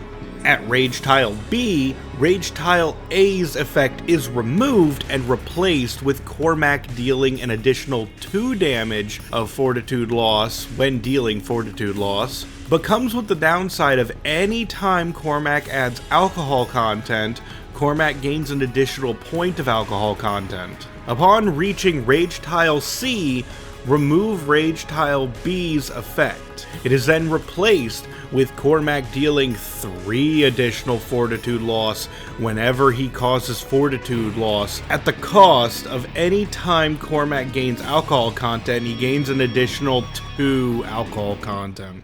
Lastly, revealing rage tile D removes the effect of rage tile C, and then you scale back the damage just a little bit, dealing only 2 additional fortitude loss whenever you deal fortitude loss. But unlike the previous 2 rage tiles, this one has no downside. Achieving rage tile D will put you at a massive advantage in terms of combat. However, Cormac as a character is one that loudly announces when he's becoming a problem at the table, and I am showcasing that his stats are all piled into combat. He will fight everyone at the table, and if you see Cormac at the table, as his rage goes up, toss more drinks at him, or play cards that affect alcohol content, as that seems to be, the big weakness of the Screaming Barbarian. Cormac is scary for many players. Rage tiles, rage piles, and the building the rage is so slow and a lot to take in. There's easier and more effective brutes in this game, so I'd only recommend a purchase if you're collecting everyone, and I'd only recommend playing Cormac for those well versed in the Red Dragon Inn. Witch Doctor Natalie is a troll shaman sewing up the most adorable voodoo dolls. To begin playing as Natalie, have Natalie's Pain Curse tokens, Mind Hex tokens, and Power Jinx tokens nearby for use when needed. Natalie's cards often have her giving players these tokens as an additional effect specified in the print of the card. A player with a Pain Curse will lose 1 additional fortitude the next time they lose fortitude. After losing fortitude by the effect of the Pain Curse, it is returned to Natalie. A player suffering from a Mind Hex will gain 1 additional alcohol content the next time they gain alcohol content, and then after gaining alcohol content from the Mind Hex, return the Mind Hex token back to Natalie. A player affected by the Power Jinx reduces the numerical value of all of their action cards by 1 during their next action phase, but regardless of whether or not the Power Jinx reduced the numerical value, it returns to Natalie after the affected player's next action phase. After learning what all her tokens do, Natalie is a pretty mixed bag of a character, not excelling in any one field, but her hexes provide an interesting playstyle. After all, giving someone a Pain Curse may possibly paint a target on that someone's back. Or giving someone a Power Jinx may dissuade them from playing a damaging action next turn, because players often want to make the most out of their action cards. So Natalie may not be the strongest character. They are clearly a phenomenal disruptor and are good at playing mind games. I recommend trying out Natalie. Osric the Adept is a human elementalist, ascertaining the fundamentals of creation during what should be a party. Osric has no additional setup for his plays, but that isn't to say Osric is simple to play as. 24 of Osric's 40 card character deck are elementally charged. a massive amount of Osric's cards have additional effects based on discarding specific cards. Cards that are fiery, orangish yellow, and have an F in the top left corner are fire charged. Blue cards that have a W there are water charged, and brownish cracked cards with an E are earth charged. 8 cards of Osric's character deck are fire charged, 8 of them are water charged, and 8 cards are earth charged. The remaining 16 cards are, well, normal. Many of Osric's cards ask that you discard element cards to activate additional effects for his cards. You may activate every effect on a card when you play it, but you can only activate each effect once, and must pay the full cost to activate it. I feel this is best explained with an example. For this card here, this symbol means that you may use any element to pay its cost. First, I play this card and I declare that I am activating all the effects of the card. I discard a water card to activate the first ability, and then I discard a second water card to activate its second effect. The first card didn't have to be a water card, but I'm explaining that discarding a single water card does not fulfill both costs. After paying the costs, all effects resolve, and pay attention to the word instead to see if effects of cards alter instead of add. You must declare and discard the element cards upon activating the card. So if someone negates or ignores your card, you don't get to keep the element cards you discarded. They stay discarded. So let's talk about Osric. Osric is an incredibly unique character and he's fun to play as. His power is unreal and can cause devastation to entire groups of players. He also has a fair amount of defense to boot. Capable of healing occasionally and defending himself from people seeking revenge. That being said, Osric's power comes at a cost. He is the worst gambler in the entire series. Osric only having 1 copy of Gambling I'm In, 1 copy of I Raise, 1 copy of Winning Hand. Osric has a grand total of 5 gambling related cards in his deck, which is half than anyone else. So if this nerd is giving you trouble, take his lunch money in gambling and watch him groan every time a new round begins. Do I recommend Osric though? Yes I do. His incredible power is still a force to be reckoned with. You just need to apply pressure as soon as you hit the start of the game to make people worry more for their fortitude before they have a chance to gamble you. Also, I know I haven't brought this up too often when it comes to these, but Osric is a massive boon for team battles, as he has incredible firepower that targets multiple players, and his lack of gambling skill can be protected by having other gamblers on your team. Brother Bastion is a human cleric looking to spread the good name of Karash to all the patrons of the tavern, whether they want to hear about it or not.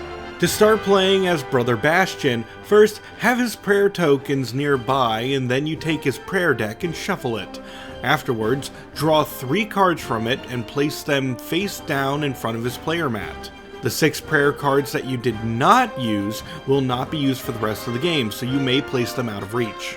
You may look at your prayers at any time, but you do not need to reveal them until you activate them. As you play as Brother Bastion, you can gain prayer tokens when specified by the print of the card telling you to do so. You activate prayers the same way you would activate cards from your hand. So if a prayer says it's an action, you can only play it as your one action during your action phase, and can be ignored like it is an action card, or if it's a sometimes effect, you can only play it when it says so, and can be negated by an I don't think so. You activate a prayer by spending the amount of prayer tokens indicated by the number in the top left of the card. When playing the prayer, you must reveal it and keep the activated prayer revealed for the rest of the game. These prayers are never discarded and can be reactivated as long as you have enough prayer tokens. Brother Bastion has the possibility to be a phenomenal character. That being said, you don't get to choose his prayers, and that's fine because some of them are so incredibly good it'd be busted if you could have it every single game. But I couldn't rate his stats with prayers in mind because there's always the chance you won't have access to them. Drawing into one specific prayer that you want is roughly a 33% chance, so you can't rely on just one prayer when playing as Bastion. So I'm gonna leave it at Brother Bastion is an average character that, depending on which prayers you draw, can have him become more combat-oriented, gold self-sufficient, incredibly tanky, or just very disruptive to other players. Brother Bastion has many potentially amazing playstyles, with the one issue is that you don't get to choose what kind of playstyle he is going into the game. I do recommend trying him out though. Wrench is a Cobalt artificer preparing to launch a new contraption to see how it functions while hoping they don't blow up in his face. To begin playing as Wrench, place Wrench's Wrench tokens and plus tokens nearby. Now, Wrench's action cards are unique. Instead of activating an effect and then discarding it, he instead builds a gizmo to assist him for a time. When you build a gizmo, you place it above your player mat and place a Wrench token pointing to the highest number on the right side of the card. This number represents the gizmo's fortitude. Every turn, after the action phase, every gizmo in front of Wrench has their fortitude ticked down by 1 point. Then, you activate the gizmos in front of your player mat one at a time until each one has been activated once. After activating all his gizmos, if any gizmo fell to 0 fortitude by ticking down, then place those gizmos in the discard pile. The plus tokens are for one specific gizmo, the automated oil can. This gizmo adds 1 to any numerical value from a gizmo's effect until the next time the activated gizmo loses fortitude. Other players are allowed to damage gizmos with cards that cause fortitude loss. Cards that target all players affect Wrench first before his gizmos. This is important to note because some gizmos reduce damage taken. If a gizmo loses the last of its fortitude specifically by being damaged by another player, then that gizmo is discarded and Wrench suffers what is known as collateral damage. Collateral damage is losing 1 fortitude that cannot be negated, ignored, or redirected. Wrench is a great character from my experience. When using gizmos effectively, he can have a large group of gizmos causing a multitude of effects all at once. Collateral damage may seem like a massive detriment and an incentive to go after Wrench. But if someone is using a card that would make Wrench lose 3 fortitude and chooses to use it on Wrench's gizmo instead, Wrench only loses 1 fortitude and just can't use that gizmo again. Because of this, Wrench is arguably the most defensive character in the franchise. That hypothetical we just gave, maybe it's not even calculated into his defense stat. Wrench can and will survive just about everything this game can throw at him, except for gambling, because he has less gambling cards than a normal deck. His gambling deck only contains 5 instances of Gambling I'm In, as well as 2 I Raise and 2 Winning Hands. Other than that, Wrench has no cheating cards and no anti-cheating cards, putting him at the mercy of pretty much any cheat that wishes to swindle him. When facing Wrench, you have to make the call to either go after his gizmos and chip away at his fortitude, or attack Wrench directly but deal with the consequences of his army of robots. That being said, in a party game where everyone is doing their own thing with their own special targets in mind, don't take your attention off Wrench for too long. If you leave him to his devices, then his devices will become a problem. Zarya the Summoner is a human mage letting her summons traipse about the tavern while she enjoys a drink. To begin playing as Zarya, place her Chimera card face down above her player mat, and have your Amber the Elemental token, Scrappy the Lion token, and Bandit the Ferret token nearby. As you play Zarya's cards, 5 of them have the Amber symbol, 5 of them have a Scrappy symbol, and 5 of them have a Bandit symbol. When you play a card with the symbol of a summon, move that token to the Chimera card. 6 of Zarya's cards all have 3 tokens on it, and when one of these is played, you choose any of the tokens to place on the Chimera card. When all 3 tokens are placed on the Chimera card, remove all 3 tokens from the card and flip the Chimera card to the face-up position. Once in the face-up position, you have the choice between 2 effects you can use. First option, you can choose to have the Chimera use its own attack and have one player lose 3 fortitude as an action to play during your action phase. So if you use that attack, you don't get to play another action. Afterwards, the Chimera is flipped face down again. The other option is that you can activate a Chimera effect on one of Zarya's cards, Activating a Chimera effect changes the effect to something more powerful than normal. While activating a Chimera effect on a card, the Chimera card is flipped face down and the summon token is placed on the Chimera card afterwards. Zarya takes a little bit to learn, but isn't so terrible that a new player couldn't pick her up if they really wanted to try her off the bat. Zarya feels very middle of the road in all aspects to play, and normally this makes a character adaptable, but Zarya's actions become a lot more predictable the more you play with her. If she's only one token away from making her Chimera, it's gonna be more obvious what she's going to use. Like if she's missing Scrappy, she's more likely to attack with the Lion Summon, or if Bandit isn't on her card, she's more likely to go for some gold. Zarya players will most often be attempting to complete her Chimera over and over to reap the most benefits out of her cards. This isn't negative, but more often predictable. To be frank though, I think Zarya is okay. Not going to revolutionize the game, but if you want to buy her separately, I don't fault you. She's a good well-rounder. Halden the Unhinged is a human shaman who is a little bit out there while always telling you what's out there. To begin playing as Halden, place the Halden's Totem deck next to the player mat. At the beginning of Halden's turn, before the discard and draw phase, Halden reveals the top card of his totem deck and places it in the totems area above his player mat. Also, whenever you play a card from Halden's character deck with this totem symbol, after it resolves, reveal a totem from the totem deck. Now then, a totem card has 3 main factors to it, and all but 3 totems have all 3 factors. Firstly, the effect of the totem on the bottom of the card. Next are the icons on the left and the right. These icons can either be orange, purple, or green, representing damage, mind, and health, respectively. In order to use totems during your action phase on top of using a normal action, you can also arrange totems in combos where the icons that touch match each other.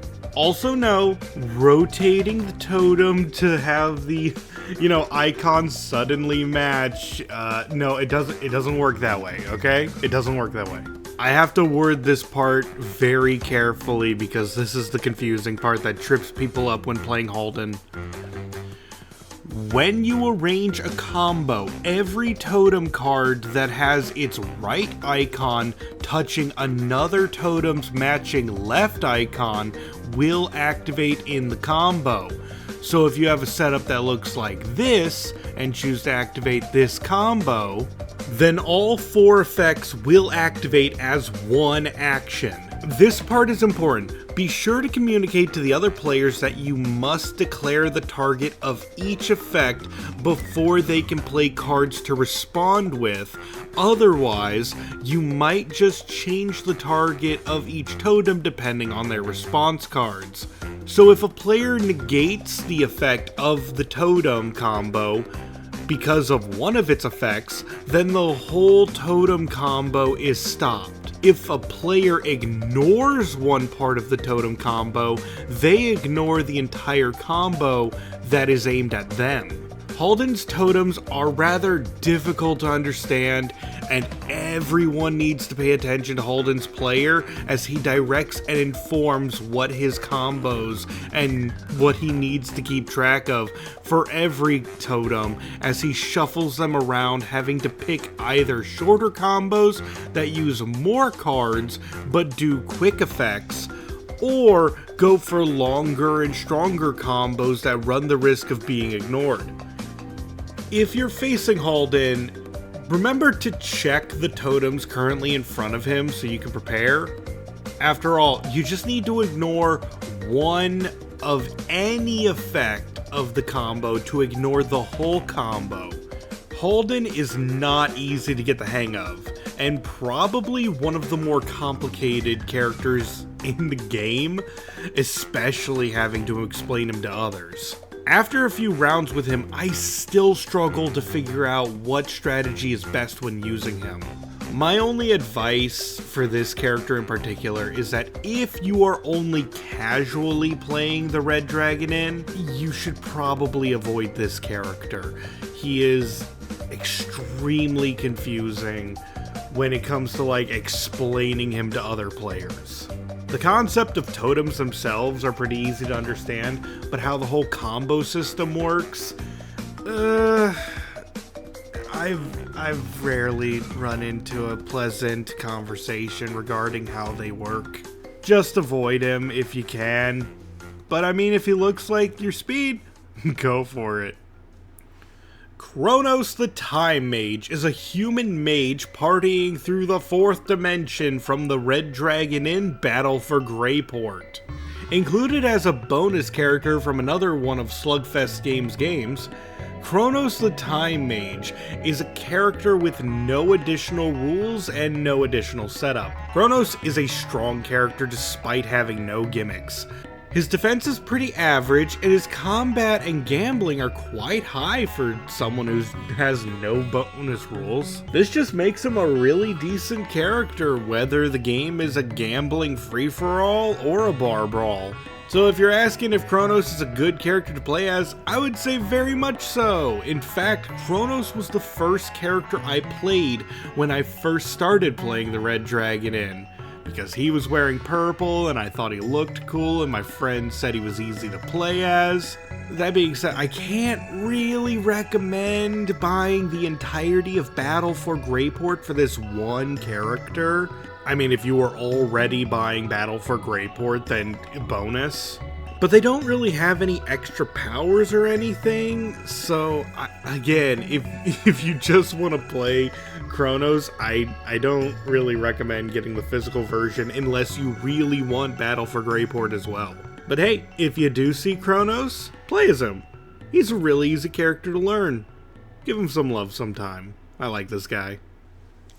Keat the Treasure Hunter is a goblin archaeologist inspecting the ancient treasures he dug up with a pint sitting next to him. To begin playing as Keat, shuffle his 18-card Keat's Artifact deck and place the top 10 cards of this deck onto Keat's gold pile. Artifacts, whether face down or face up, count as gold pieces for the purposes of staying in the game, gambling, or paying the inn or another player. If the game starts with more or fewer gold pieces, then Keat starts with more or fewer artifacts accordingly. Any unused artifacts are placed out of the game and are not used. A quarter of Keat's deck contain cards that reveal the artifacts he has as gold pieces. When an artifact is revealed, it is placed in front of Keat's player mat and can be used like a card from his hand or as a gold piece. If the treasure has no effect, it may still be used as a gold piece. If an artifact would be sent to the inn, or if a player chooses to use its effect, the artifact is sent to the artifact discard pile. Additionally, if Keat ever gives a face-down artifact to another player for any reason, that artifact is revealed immediately. The receiving player keeps the artifact in front of their player mat and may use it either as a gold piece or for its effect. You may find Keat to be a fascinating character who is difficult to learn at first, but the more you play him, the more you'll come to understand just how wild a shift his artifacts can add to the game. Keat is a highly random character who may cause no trouble at all and play like a fairly normal character, or he may reveal a true game changer that flips the game on its head for a bit, leaving players wishing they were sending gold to the inn just to rid themselves of a cursed artifact. Highly recommended if you want some chaos in your game, but once again, this isn't a competitive take.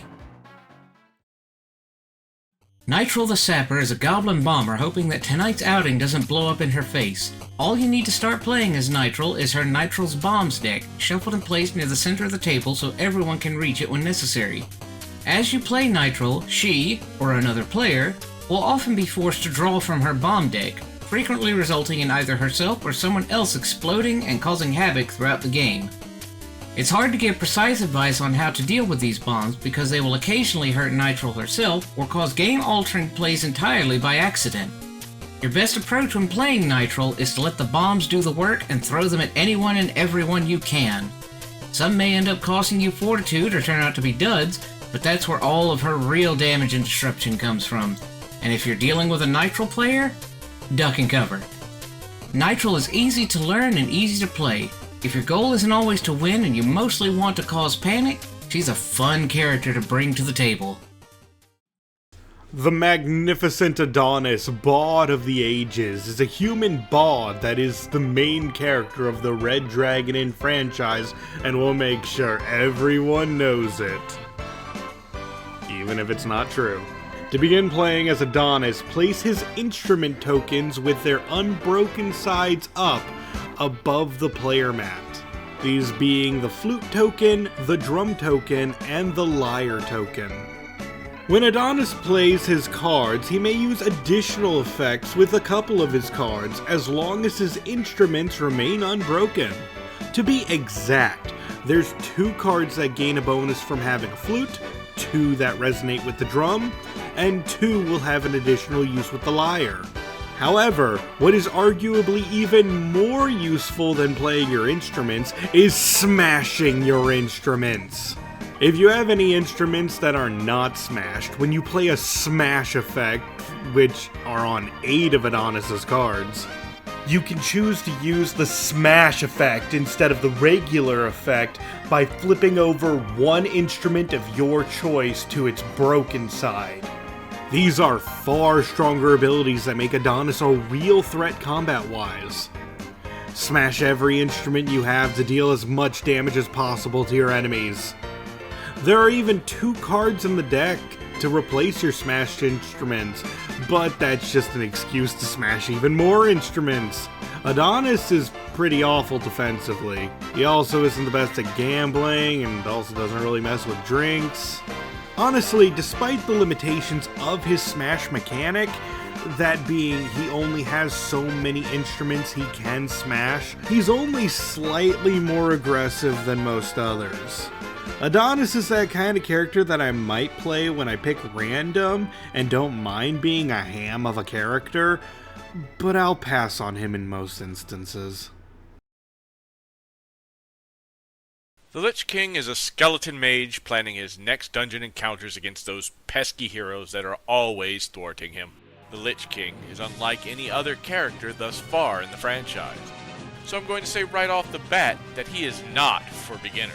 To start with, the Lich King begins with and has a maximum fortitude of 13. That also includes if you add him to any team matches. If the Lich King is on your team, then your whole team's fortitude has a max of 13. And while this may seem like a major downside, the Lich King starts the game with 5 fingers arranged on a hand on his player mat. The thumb, pointer, middle, ring, and pinky finger are all tokens to be used individually. A finger may be detached from the hand as if it were a sometimes card, in order to ignore any card effect, unless, of course, the card says it can't be ignored. This means any action card, sometimes card, anytime card, or even a drink or event card can be ignored by detaching a finger. I will warn you that once a finger is detached, there is no way to reattach them. Of the fingers, the thumb and the ring finger have no special properties, aside from what I mentioned earlier. But the pointer, middle, and pinky finger all have rings on them. If a finger with a ring is detached, it is added to the Lich King's gold pile and may be used as a gold piece. The Lich King's deck contains cards that grow more powerful or weaken depending on how many fingers he has attached to his hand. So planning around how many fingers you plan to use will prove vital to mastering the Lich King's playstyle. The Lich King is a powerful character, but can prove to be a crippling issue to play as if you don't use him accordingly. I personally think that the Lich King is a valuable character to have as an option for when you want to scare people with how many tricks you have up your sleeve. In the right hands, the Lich King is the most defensive character in the game with a powerful offense and gambling deck. But those who pick him up and don't know when to detach a finger or strategize around that style may just end up more frustrated than impressed by how different he is to play. Spike and Flower are both human munchkins rifling through an assortment of marvelous and cursed treasures while visiting from the game Munchkin in this crossover. I might be cheating a little bit by sliding 2 characters into the same explanation, but I'm unfamiliar with the game Munchkin, and both the characters use the same rules, so let's talk about them like they're the same, and at the end I'll state the differences. To begin playing as a Munchkin, place the treasure deck in the middle of the table so that you and anyone else playing a Munchkin character may draw from this one treasure deck. As a Munchkin, you have 5 equipment slots, those being the headgear, 2 hands, armor, and footgear. At the beginning of a Munchkin's turn, or whenever a card tells you to do so, reveal the top card of the treasure deck and equip it to the indicated slot listed at the top of the card. If you already have a treasure equipped in that slot, then you choose between keeping the old piece of treasure or discarding the old piece and equipping the new piece of treasure. A piece of equipment that's listed as special requires no slot to be equipped and may be kept close to the player mat. Every piece of treasure has its own number value. This is a level. Your Munchkin starts at level 0 and increases its level solely dependent on your equipment. If you have headgear with a level of 1 and an armor with a value of 3, that would make your Munchkin level 4. Many pieces of equipment have effects that can be used like cards from your hand. After resolving the effect of a treasure, that treasure is then discarded. Many cards in the Munchkin's decks will power up based on the current total level of your Munchkin. You have to balance keeping your level high with good gear and with deciding when to use your equipment. But the treasure deck isn't only filled with nice treasures, and there are a decent amount of curses in the treasure deck that will hinder you as opposed to the treasures helping. The Munchkins are fine characters, often feeling like they're playing their own game of digging through their treasure deck and gearing up rather than playing the Red Dragon Inn with the rest of the group. As for differences between the two of them, I find them to be about on par with each other. But my stat system may say otherwise due to how I valued some kinds of cards more than others. And for the Munchkins, if you draw bad treasures and use treasures instead of hanging on to them, or encounter enough curses throughout your delving through the treasure deck, your game is going to look a lot more on the lower side of the stat spread. From testing the two, Spike seems to lean more towards single target attacks, messing with drinks and defensive cards that protected him at lower levels, while Flower is more focused on hitting multiple characters, gold, and gambling. Both are fun and fine characters, but I wouldn't say that they're too strong due to the randomness of their treasure deck. I mean, there's more curses in the treasure deck than there are headwear pieces, so your mileage may vary, especially so if you're playing with both Munchkins in the game at the same time.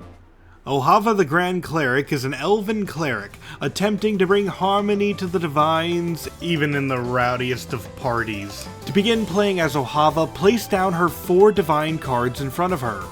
These are Ilana, Goddess of the Moon, Shalni, Lady of the Sea, Farnir, Lord of the Land, and Korash, God of the Sun. All 4 of them begin in the Discord position, which are the non-colored inversions. Each divine has 8 cards in Ohava's character deck that they are connected to.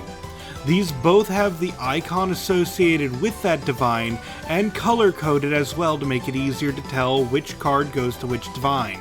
Resolving the effect of a card associated with that divine forces Ohava to flip that divine's card. A divine that is in the Discord position will flip to become Harmonious, and if you play another card of that divine while Harmonious, that divine will flip to Discord. Having all the divines in Discord has no effect. There is also no effect while playing if you have 1 or 2 divines that are harmonious. However, when you have 3 divines that are harmonious, your hand size is increased by 1, so you can have 8 cards in your hand instead of 7.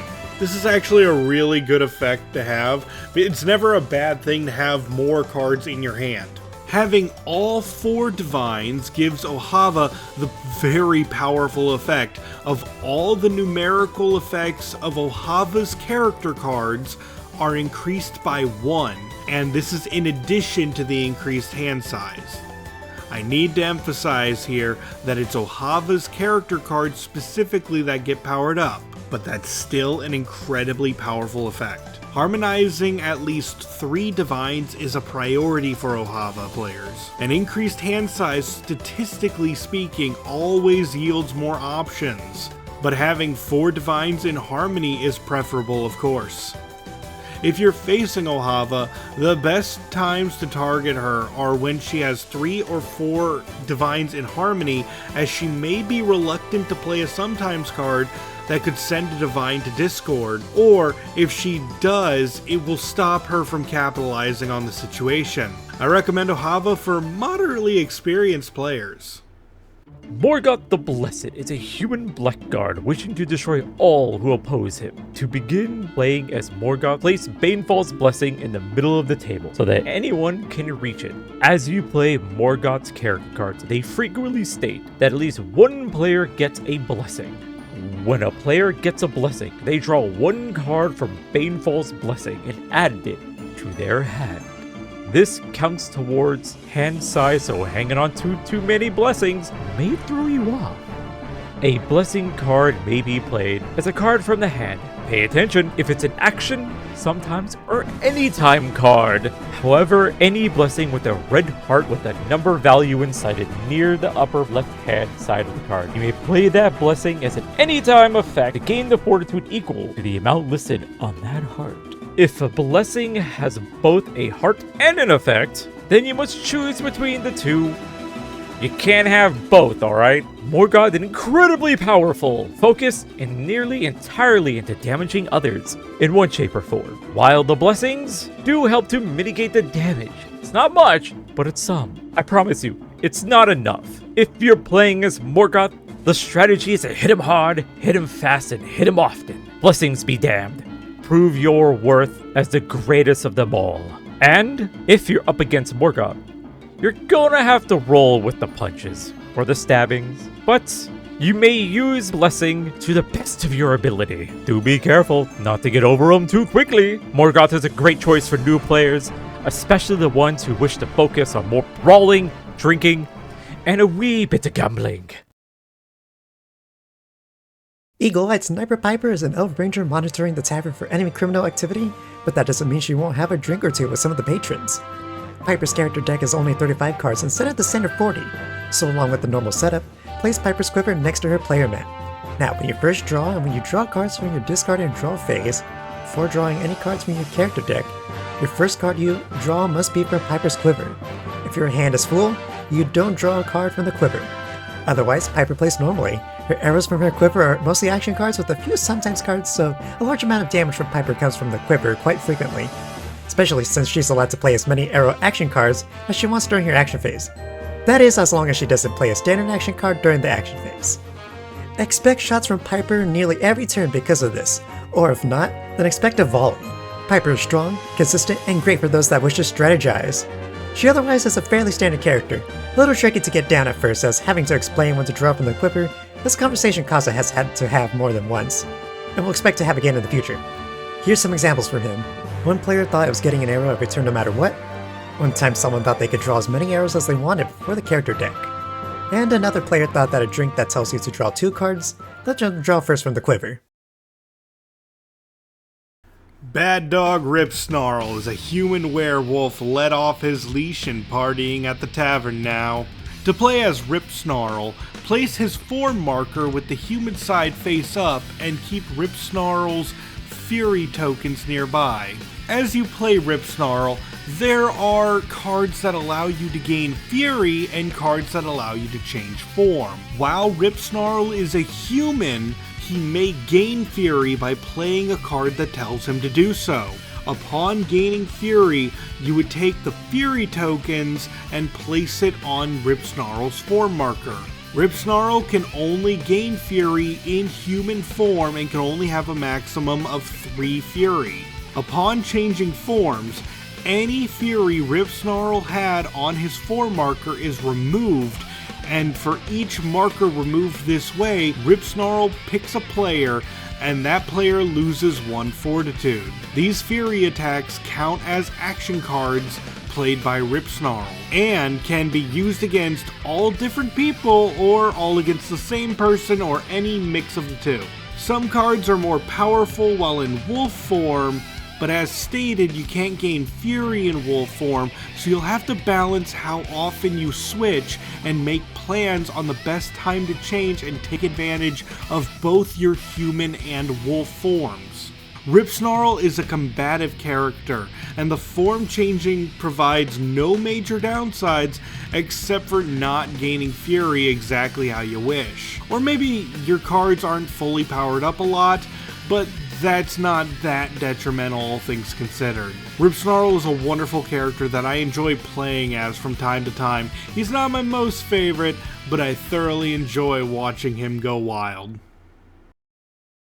Adventurous Chef Roxana is an elven chef, but not just any chef. No, she's the head chef of the tavern itself. She's whipping up meals for all from the Red Dragon Inn Smorgasbox. The Smorgasbox is a Red Dragon Inn bonus package thing that I wasn't going to go into excessive detail because the only noteworthy items specifically for this video was the bonus Otto classes and Roxana herself.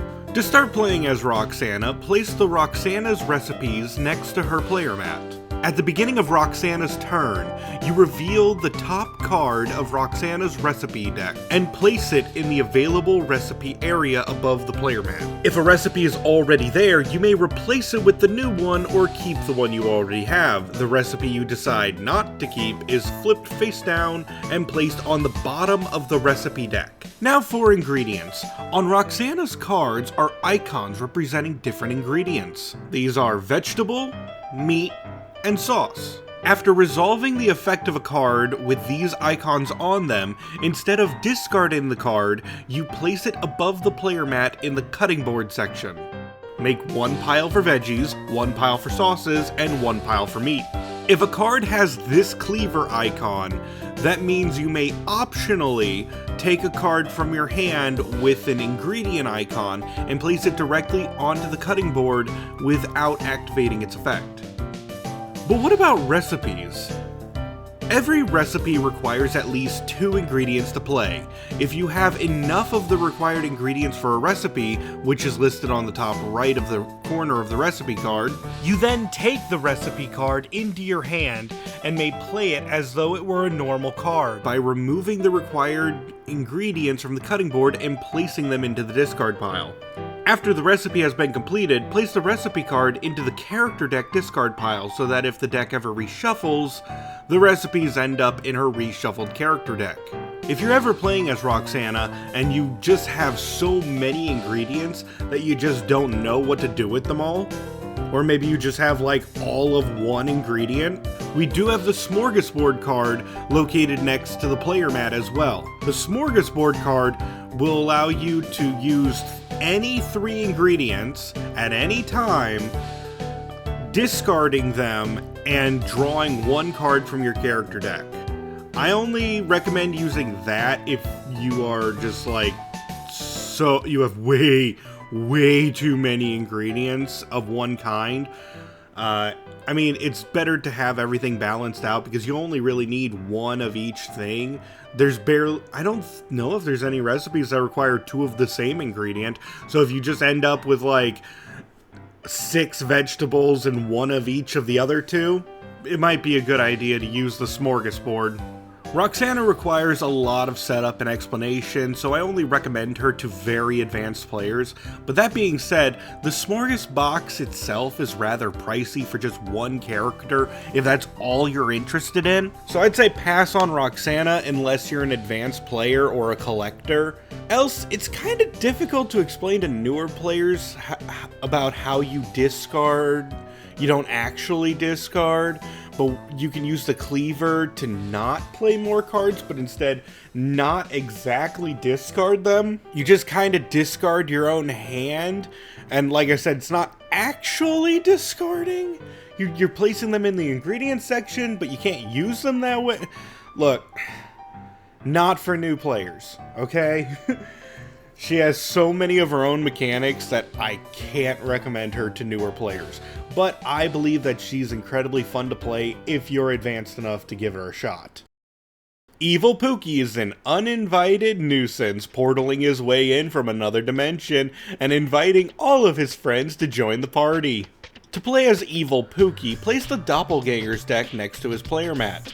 As you play as Evil Pookie, many of his cards contain portal icons on them. After resolving the effect of a card with a portal icon on it, Evil Pookie reveals the top card of his Doppelganger deck. If the Doppelganger has an immediate effect, it is used upon revealing the card and then discarded in the Doppelganger discard pile. If the Doppelganger is not an immediate effect, it will look like this. At this point, you can either choose to keep the Doppelganger with Evil Pookie and use its Doppelganger effect like it is a card in their hand, or use the second effect to target another player and have this second effect apply to that player. The effects of keeping a Doppelganger are different usually from targeting another player. The effect of keeping a Doppelganger are often stronger than targeting another player with them. However, every Doppelganger after the first in Evil Pookie's possession lowers his hand size by 1. So having 2 Doppelgangers will limit your hand size to 6, having 4 Doppelgangers will make your hand size 4, and if you're insane, having 8 Doppelgangers means Evil Pookie's hand size could be 0, as there's no limit to the Doppelgangers Evil Pookie can have in front of him. Evil Pookie is super fun to play as. Everyone I've seen play as him has had a blast, and he's even a favorite for one of my friends. I highly recommend. Collegium Archivist Melvin is a Minotaur mage deciphering the ancient scriptures of how to enjoy a night of drinking with the youths. How do you do, fellow kids? To begin playing as Melvin, place the Melvin Runes deck near his player mat. At the beginning of Melvin's turn, before the discard and draw phase, or whenever a card Melvin plays tells him to, reveal the top card of Melvin's rune deck and place it above his player mat in the runes area. There is no limit to the amount of runes Melvin can have in his rune area. However, his runes deck contains 3 of each of the following runes: Fire, Ice, Shield, and Chaos. On many of Melvin's cards are additional effects that can be activated by discarding the required runes. Each effect can only be played once, and you need it to play the full cost to activate the additional effect. Melvin is above average character in terms of capability, and his runes are a fun way to sprinkle in a light amount of strategy. I recommend Melvin for players looking to branch out from simple ones. Mara the Maledictor is an elven mage declaring that class is in session, and if you're not going to learn anything at the tavern, then you're gonna get schooled. To begin playing as Mara, place the Mara's Maledictions deck in a place where players can draw from it easily enough. As you play as Mara, a large amount of her cards will instruct other players to draw from the Maledictions deck. Maledictions are devious cards that once added to a player's hand may not be discarded for any reason, and must be played and resolved in order to discard the malediction into the malediction discard pile. There are also a couple of Mara's cards that allow you to discard maledictions as well, as long as you're willing to give Mara a bit of an edge in the round. The maledictions will often hurt you for playing them, but if you don't play them, your hand size will be severely limited. Mara's maledictions are actually very simple to learn and very powerful. She is a great character to play with for anyone that enjoys causing havoc. I definitely recommend her. Master of Ceremonies, Jen, is a human bard that will be handling the entertainment this evening, and reminds you that you're part of the act. To play as Jen, place Jen's song deck next to his player mat before revealing the top 3 cards of the song deck and placing them in the set list above the player mat. If at this time you reveal a song with an immediate effect, discard it and do not reveal another. When Jen's turn starts, but before the discard and draw phase, Jen reveals a single card from the top of his song deck. If Jen doesn't have 3 songs to his set list, add it to the set list. But if he does have 3 songs in his set list, then you are allowed to choose keeping the new one and discarding one already on the set list, or discarding the new song. Also, if Jin resolves a card with this icon on it, that allows him to reveal another song to add to his set list. The rule of only 3 songs apply to revealing this icon as well. So if you have 3 songs, you must discard either the new song or one of the songs in your set list. Now, many of Jin's cards allow him to pick another player to sing. When a player must sing, the chosen player gets to choose the song they wish to sing from Jin's set list. If there are no songs in the set list, reveal the top card of Jin's song deck and use that song to sing. Unless it is an immediate effect, in which case Jin activates the effect before discarding it and revealing the next song. There are cards that let Jin choose the song another player sings, but regardless of who chooses the song, the player uses Jin's song as if it were an action card they played from their own hand. So, if someone wants to play a card to hit back, the person hitting them in the first place is the singer, and not Jin. I find Jin to be a fun character, as his songs are both entertaining to look at and allows more interaction from other players being invited to sing. But he does have his faults. Jin surprisingly has a small amount of defensive options and is focused on drinks and the random effects of his songs, which often end up being just minor annoyances instead of having some card to push for game. So, while not a grand game-shaking character, he is a fun one to have at the table, and that's the most important part. Vicious Mocker Greppa is a goblin bard who prefers to be in charge of the evening's entertainment, and is happy to remind you that you're part of the act. To play as Greppa, place the Mockery deck somewhere everyone can reach, or keep it near Greppa so she can hand out Mockery when needed. Whenever Greppa plays a card that states another player gets mocked, the top card of the Mockery deck is revealed and given to the mocked player, who must deal with the top effect of the card. If the Mockery is ignored or negated, it goes to the Mockery discard pile. However, if the effect is not ignored, the Mockery card remains in front of the mocked player. While it stays there, that player may use the card Shake It Off effect at any time. Shake It Off effects are often still detrimental, but they usually undo or soften the original Mockery. For example, if a Mockery causes someone to lose gold, the Shake It Off effect might give them a gold piece back at another cost. Or if a Mockery makes someone take a drink, Shake It Off may allow them to give a drink to another player instead. Greppa is an exciting character who throws out random effects that benefit her, while Shake It Off effects allow other players to gain their own advantages and develop strategies. She has a strong gold game, and with the right Mockery draws, she can be surprisingly aggressive in combat. Greppa is a must-try character who's a delight to play with and against, as long as everyone can take a joke. And so, that covers just about everything I wanted to discuss for this retrospective. I admit that's not everything when it comes to the Red Dragon Inn, as I only glossed over the supplementary material and avoided the other games based off the franchise, like Battle for Greyport and Tales from the Red Dragon Inn, which, by the way, buying those right now would be equal in cost of the rest of my entire collection that I currently have. If this video gets enough response, I would consider doing those, but for now, I'm going to end this analysis here. As promised, this is my tier list on characters that I believe are the easiest to learn for those starting out with the game, with those at the lowest tier being the ones people will pick up with 0 questions if they've played a game before. And those at the top being characters I either had to walk someone through their own turn multiple times and they still struggled, or chose to give up halfway through a game due to complexity. And this tier list here are my favorites to play as. I grouped them by category of how I would feel if I drew them randomly to play. I did not make a tier list based on how powerful I believe each character was.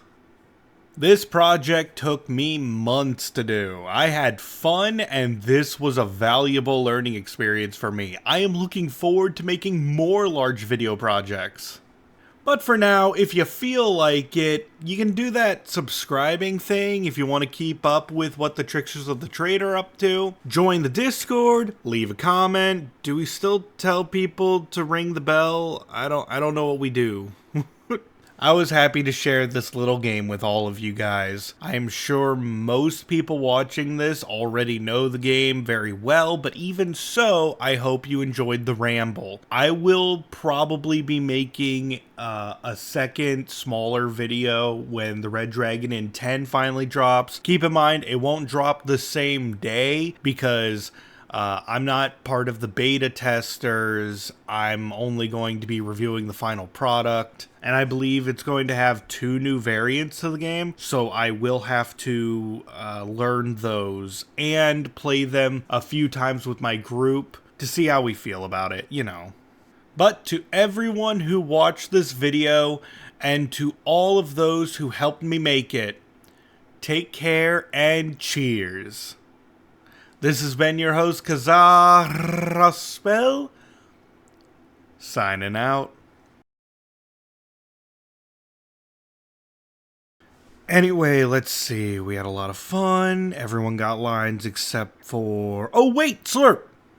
I forgot to include Slurp in this video. Hey, Slurp, do you want to tell the audience who your favorite character is?